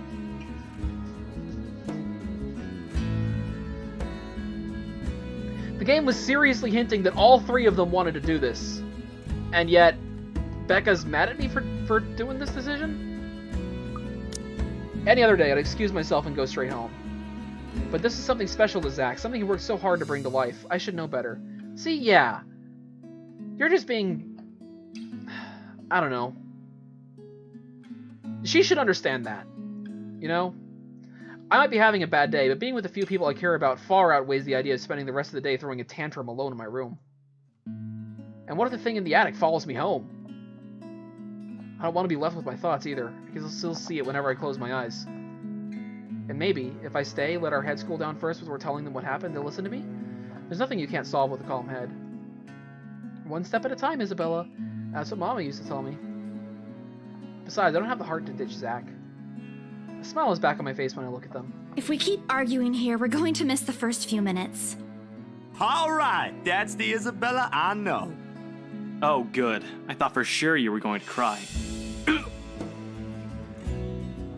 This time I really do send an elbow straight to his stomach. Stupid Ash. Being vertically challenged has its perks, too. What was that for? Stop calling me a crybaby! I'm not one! Aw, don't cry. Stop it! Okay, scaredy cat then. That too! If you repeat that, I swear I'll... Let's just go. Without another word, Becca goes inside. She doesn't even stop to wait for us when I call after her. Ash and I exchange looks at that, the same question likely swimming in our minds. Did something happen at school after I left? Is she having a bad day too? I'll try asking her about it later, I guess. So, you guys go catch up with her. I'll go get us the food, I promised. But you'll miss it! Didn't you say watching a movie without food ain't fun? And it ain't like I haven't seen it. I made it, remember? I'll be in there soon. One friendly tap on my shoulder, and then he's gone. A few moviegoers are still milling about. Some are still in line waiting for tickets, but otherwise most of the crowd are already inside. There's nothing much for us to do here now. Not a word of protest comes from me when Ash gestures for the two of us to head inside. And then? Are you sure it wasn't one of the cleaning crews? Absolutely sure. Somehow, halfway through the movies, the conversation steered toward what happened in the mansion. To be fair, Zach was the one who brought it up again. In his own movie's premiere. Now the film's just serving as background noise while we're speaking in hushed tones, careful not to disturb anyone inside the small hall. Well, except for Ash. I just hope we don't end up arguing about it again. We'll all get kicked out for sure. Though with how loud Ash's voice is, we'll probably get thrown out way before any argument happens. Only Becca still remains engrossed in the movie, completely ignoring us. She's been quiet the whole evening, speaking only when referred to. If I didn't know any better, I think we did something that offended her. Did we? And then I ran. You heard what happened after. I still think it's something else. It was standing right in front of me, Ash. He's one of the smartest people I know, but geez, he should learn to listen. Plus, didn't he even say he didn't believe in these things? Why is he in this conversation again? Good question! I heard what you said, but it's a small room. There are a lot of things someone else could have done there without your knowledge. If I could see it up close, maybe I can... I am not going back there. Ain't that a problem if you're hosting an open house? Ha! Rose does the first floor tour. I ain't sure ghosts can be restricted to one room, Bella. There are no ghosts, Zach. Stop putting useless ideas in her head. No, ghosts can be restricted to one room. They can be restricted to one corner of a room. Have you not seen Supernatural? Yeah, but I was thinking, maybe all the house needs is a blessing. Wasn't it left uninhabited for years? Oh man, the house did change hands over the years, from one distant relative of the Ermengardes to another. None of them bothered to live in it though, and it remained that way up until its current owners decided to sell it. Why didn't I think of that? I didn't peg you as the religious type, Zach. Nothing like that, Ash. Who knows, though? It might bring something positive to the place. That's not a bad idea. I just don't know where I could find someone. You're not seriously considering his suggestion, are you? Do you have a better idea? I know where. I could contact him for you if you want. You'd do that? Or we can find you a psychologist instead. There are very few times in my life where when I wish my glowers can kill. This is one of those. Ash, that is not a very appropriate thing to say right now. No, wait, that's not what I meant. Ethnographer. I meant ethnographer. This guy's a psychologist too, of course, if you... Ashton, if you don't stop... Rebecca knows the guy I'm talking about too. She can vouch for him. Becca tears her eyes away from the screen at the mention of her name. Huh? What? Oh, are you talking about Professor Andrew? He used to work with my parents at the university. And can you guys keep it down? Come on. Sorry, the scaredy cat here mentioned curses. Not that I'm saying this is one. But talking to him is a better solution for me than getting a random priest to bless an old house. He'll even help you figure things out, teach you a couple things. Oh, that's neat. Okay. And probably put your fears to rest, since this looks to be bothering you a lot. Ash might be right too. However, what Zach suggests is something I'm more familiar with. Granted, they don't believe me. They're only giving me these suggestions to put my mind at ease, but it's better than being ignored or laughed at. I can take comfort in knowing they're willing to hear me out. So, what do you think? It's your call. We'll go with whatever you want. I don't know. This is looking like a pretty pivotal choice.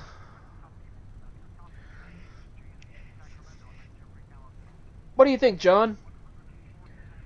Exorcism or... Frankly, because of what we saw, it could probably use one. But I feel like that would make the other two go down. I'd rather try to keep those two higher, if I could. Like, I want to try to go with the one that gives more up than down. Yeah. Yeah, that's what I'm thinking too. Because of this. I'd rather get this back up a little bit and get this up higher. It's going to make this one go down probably, but this one's already the highest anyway. So. I'll think about it, but if ever, I'd like to give talking to Andrew a try. Nope, that just increased Ashton. Okay, I was expecting it to increase all of them. Or at least these two. Is that okay? Won't he have other things to do? He is a bit busy, but he'll make time for me. He's my go-to person when I'm stuck in something. He won't mind if I bring a friend with me this time. No, she's not. She's a little bit bossy, but she clearly cares. She's not like your mom where she's bossy and doesn't give a crap. One second. One second. One second.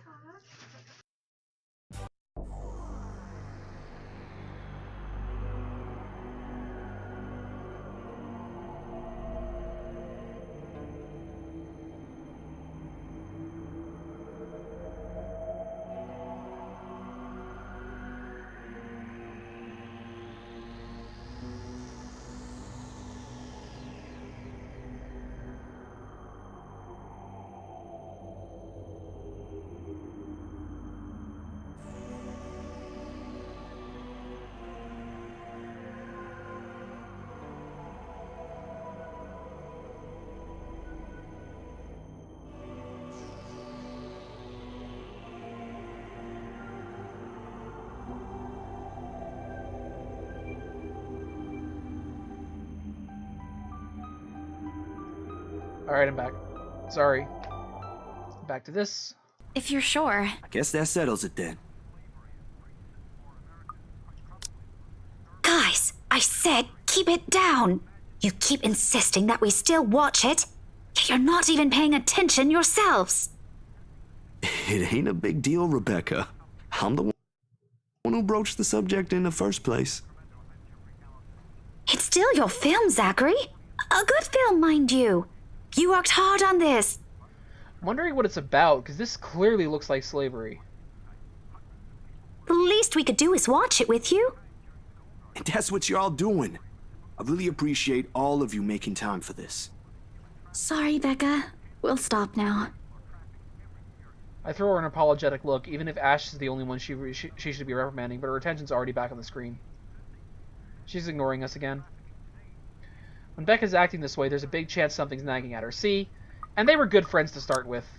So, in fact, they were the highest to start with. So I want to try to repair that from the damage I've dealt. We really need to talk. We all fall into a comfortable silence after, the kind you can only share with people you're most at ease with. For the first time today, the letter lays forgotten in my bag, if only for a few hours. Night has fallen by the time we exited the movie house.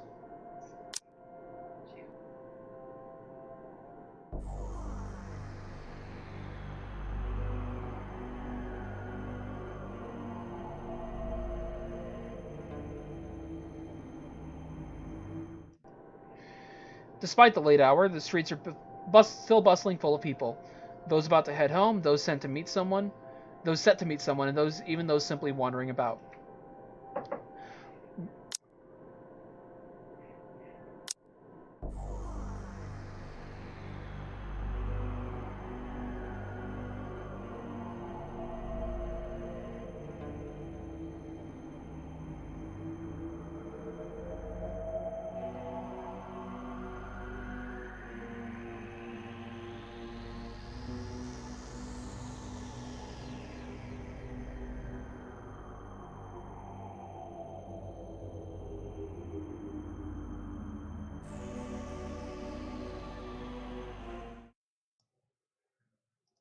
Sorry about that.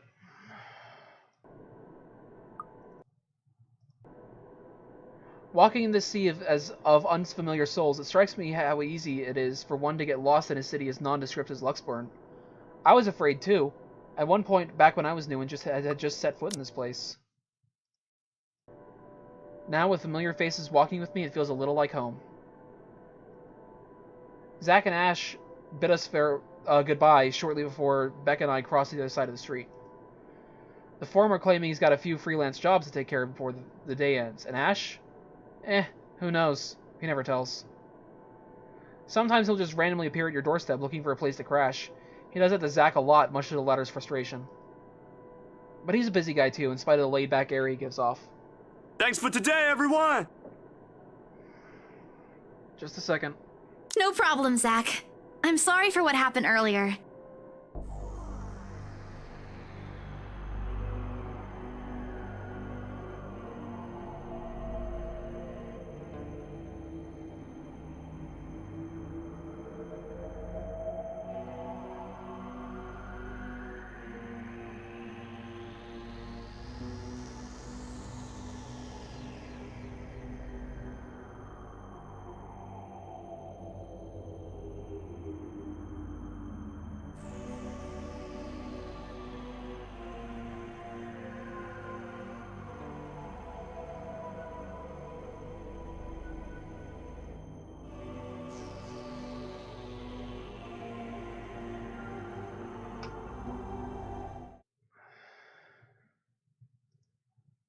Okay, we're back again.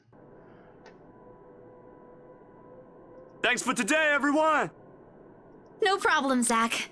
I'm sorry for what happened earlier. Whoa. Huh?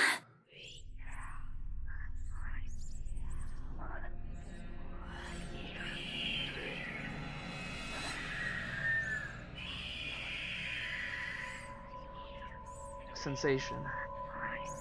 Cold, sickening, drowning, my chest tightening, breathing becoming labored. I could taste blood in my mouth. The edges of my vision blurs. In the distance, among the countless nameless people going about their lives, a voice reaches out to me.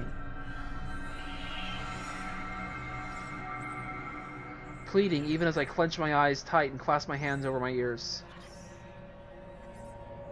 Whispering and whispering and whispering. Calling out.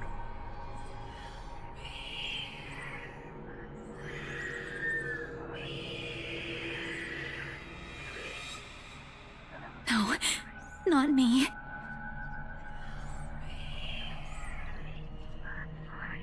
Somebody. Isabella? Earth to Isabella? At her voice, the whole world suddenly snaps into place. The murmur's gone. When I open my eyes, Becca raises an eyebrow at me in question. Weren't you listening? Are you coming with me? Oh, yeah. Just... okay. Sorry, I spaced out. You always do that. I follow her without complaint, but not before sneaking a glance at the far end of the street. Where the voice came from, where another set of eyes might be staring at me. Nothing. There were only Zack and Ash watching over us as we head back to where Becca parked her car. If I'm expecting to see someone or something or someone there, I try not to let it show. Try not to think of the tiny pinpricks of fear crawling in the pit of my stomach. See you guys some other time. Yeah, see ya! Another glance, and with the final wave, we could go off on our own ways. I don't know what I saw. I don't know what I heard. I don't want to know. And if this is what would help me sleep tonight, what would give back that normalcy in my life, then so be it. Next day.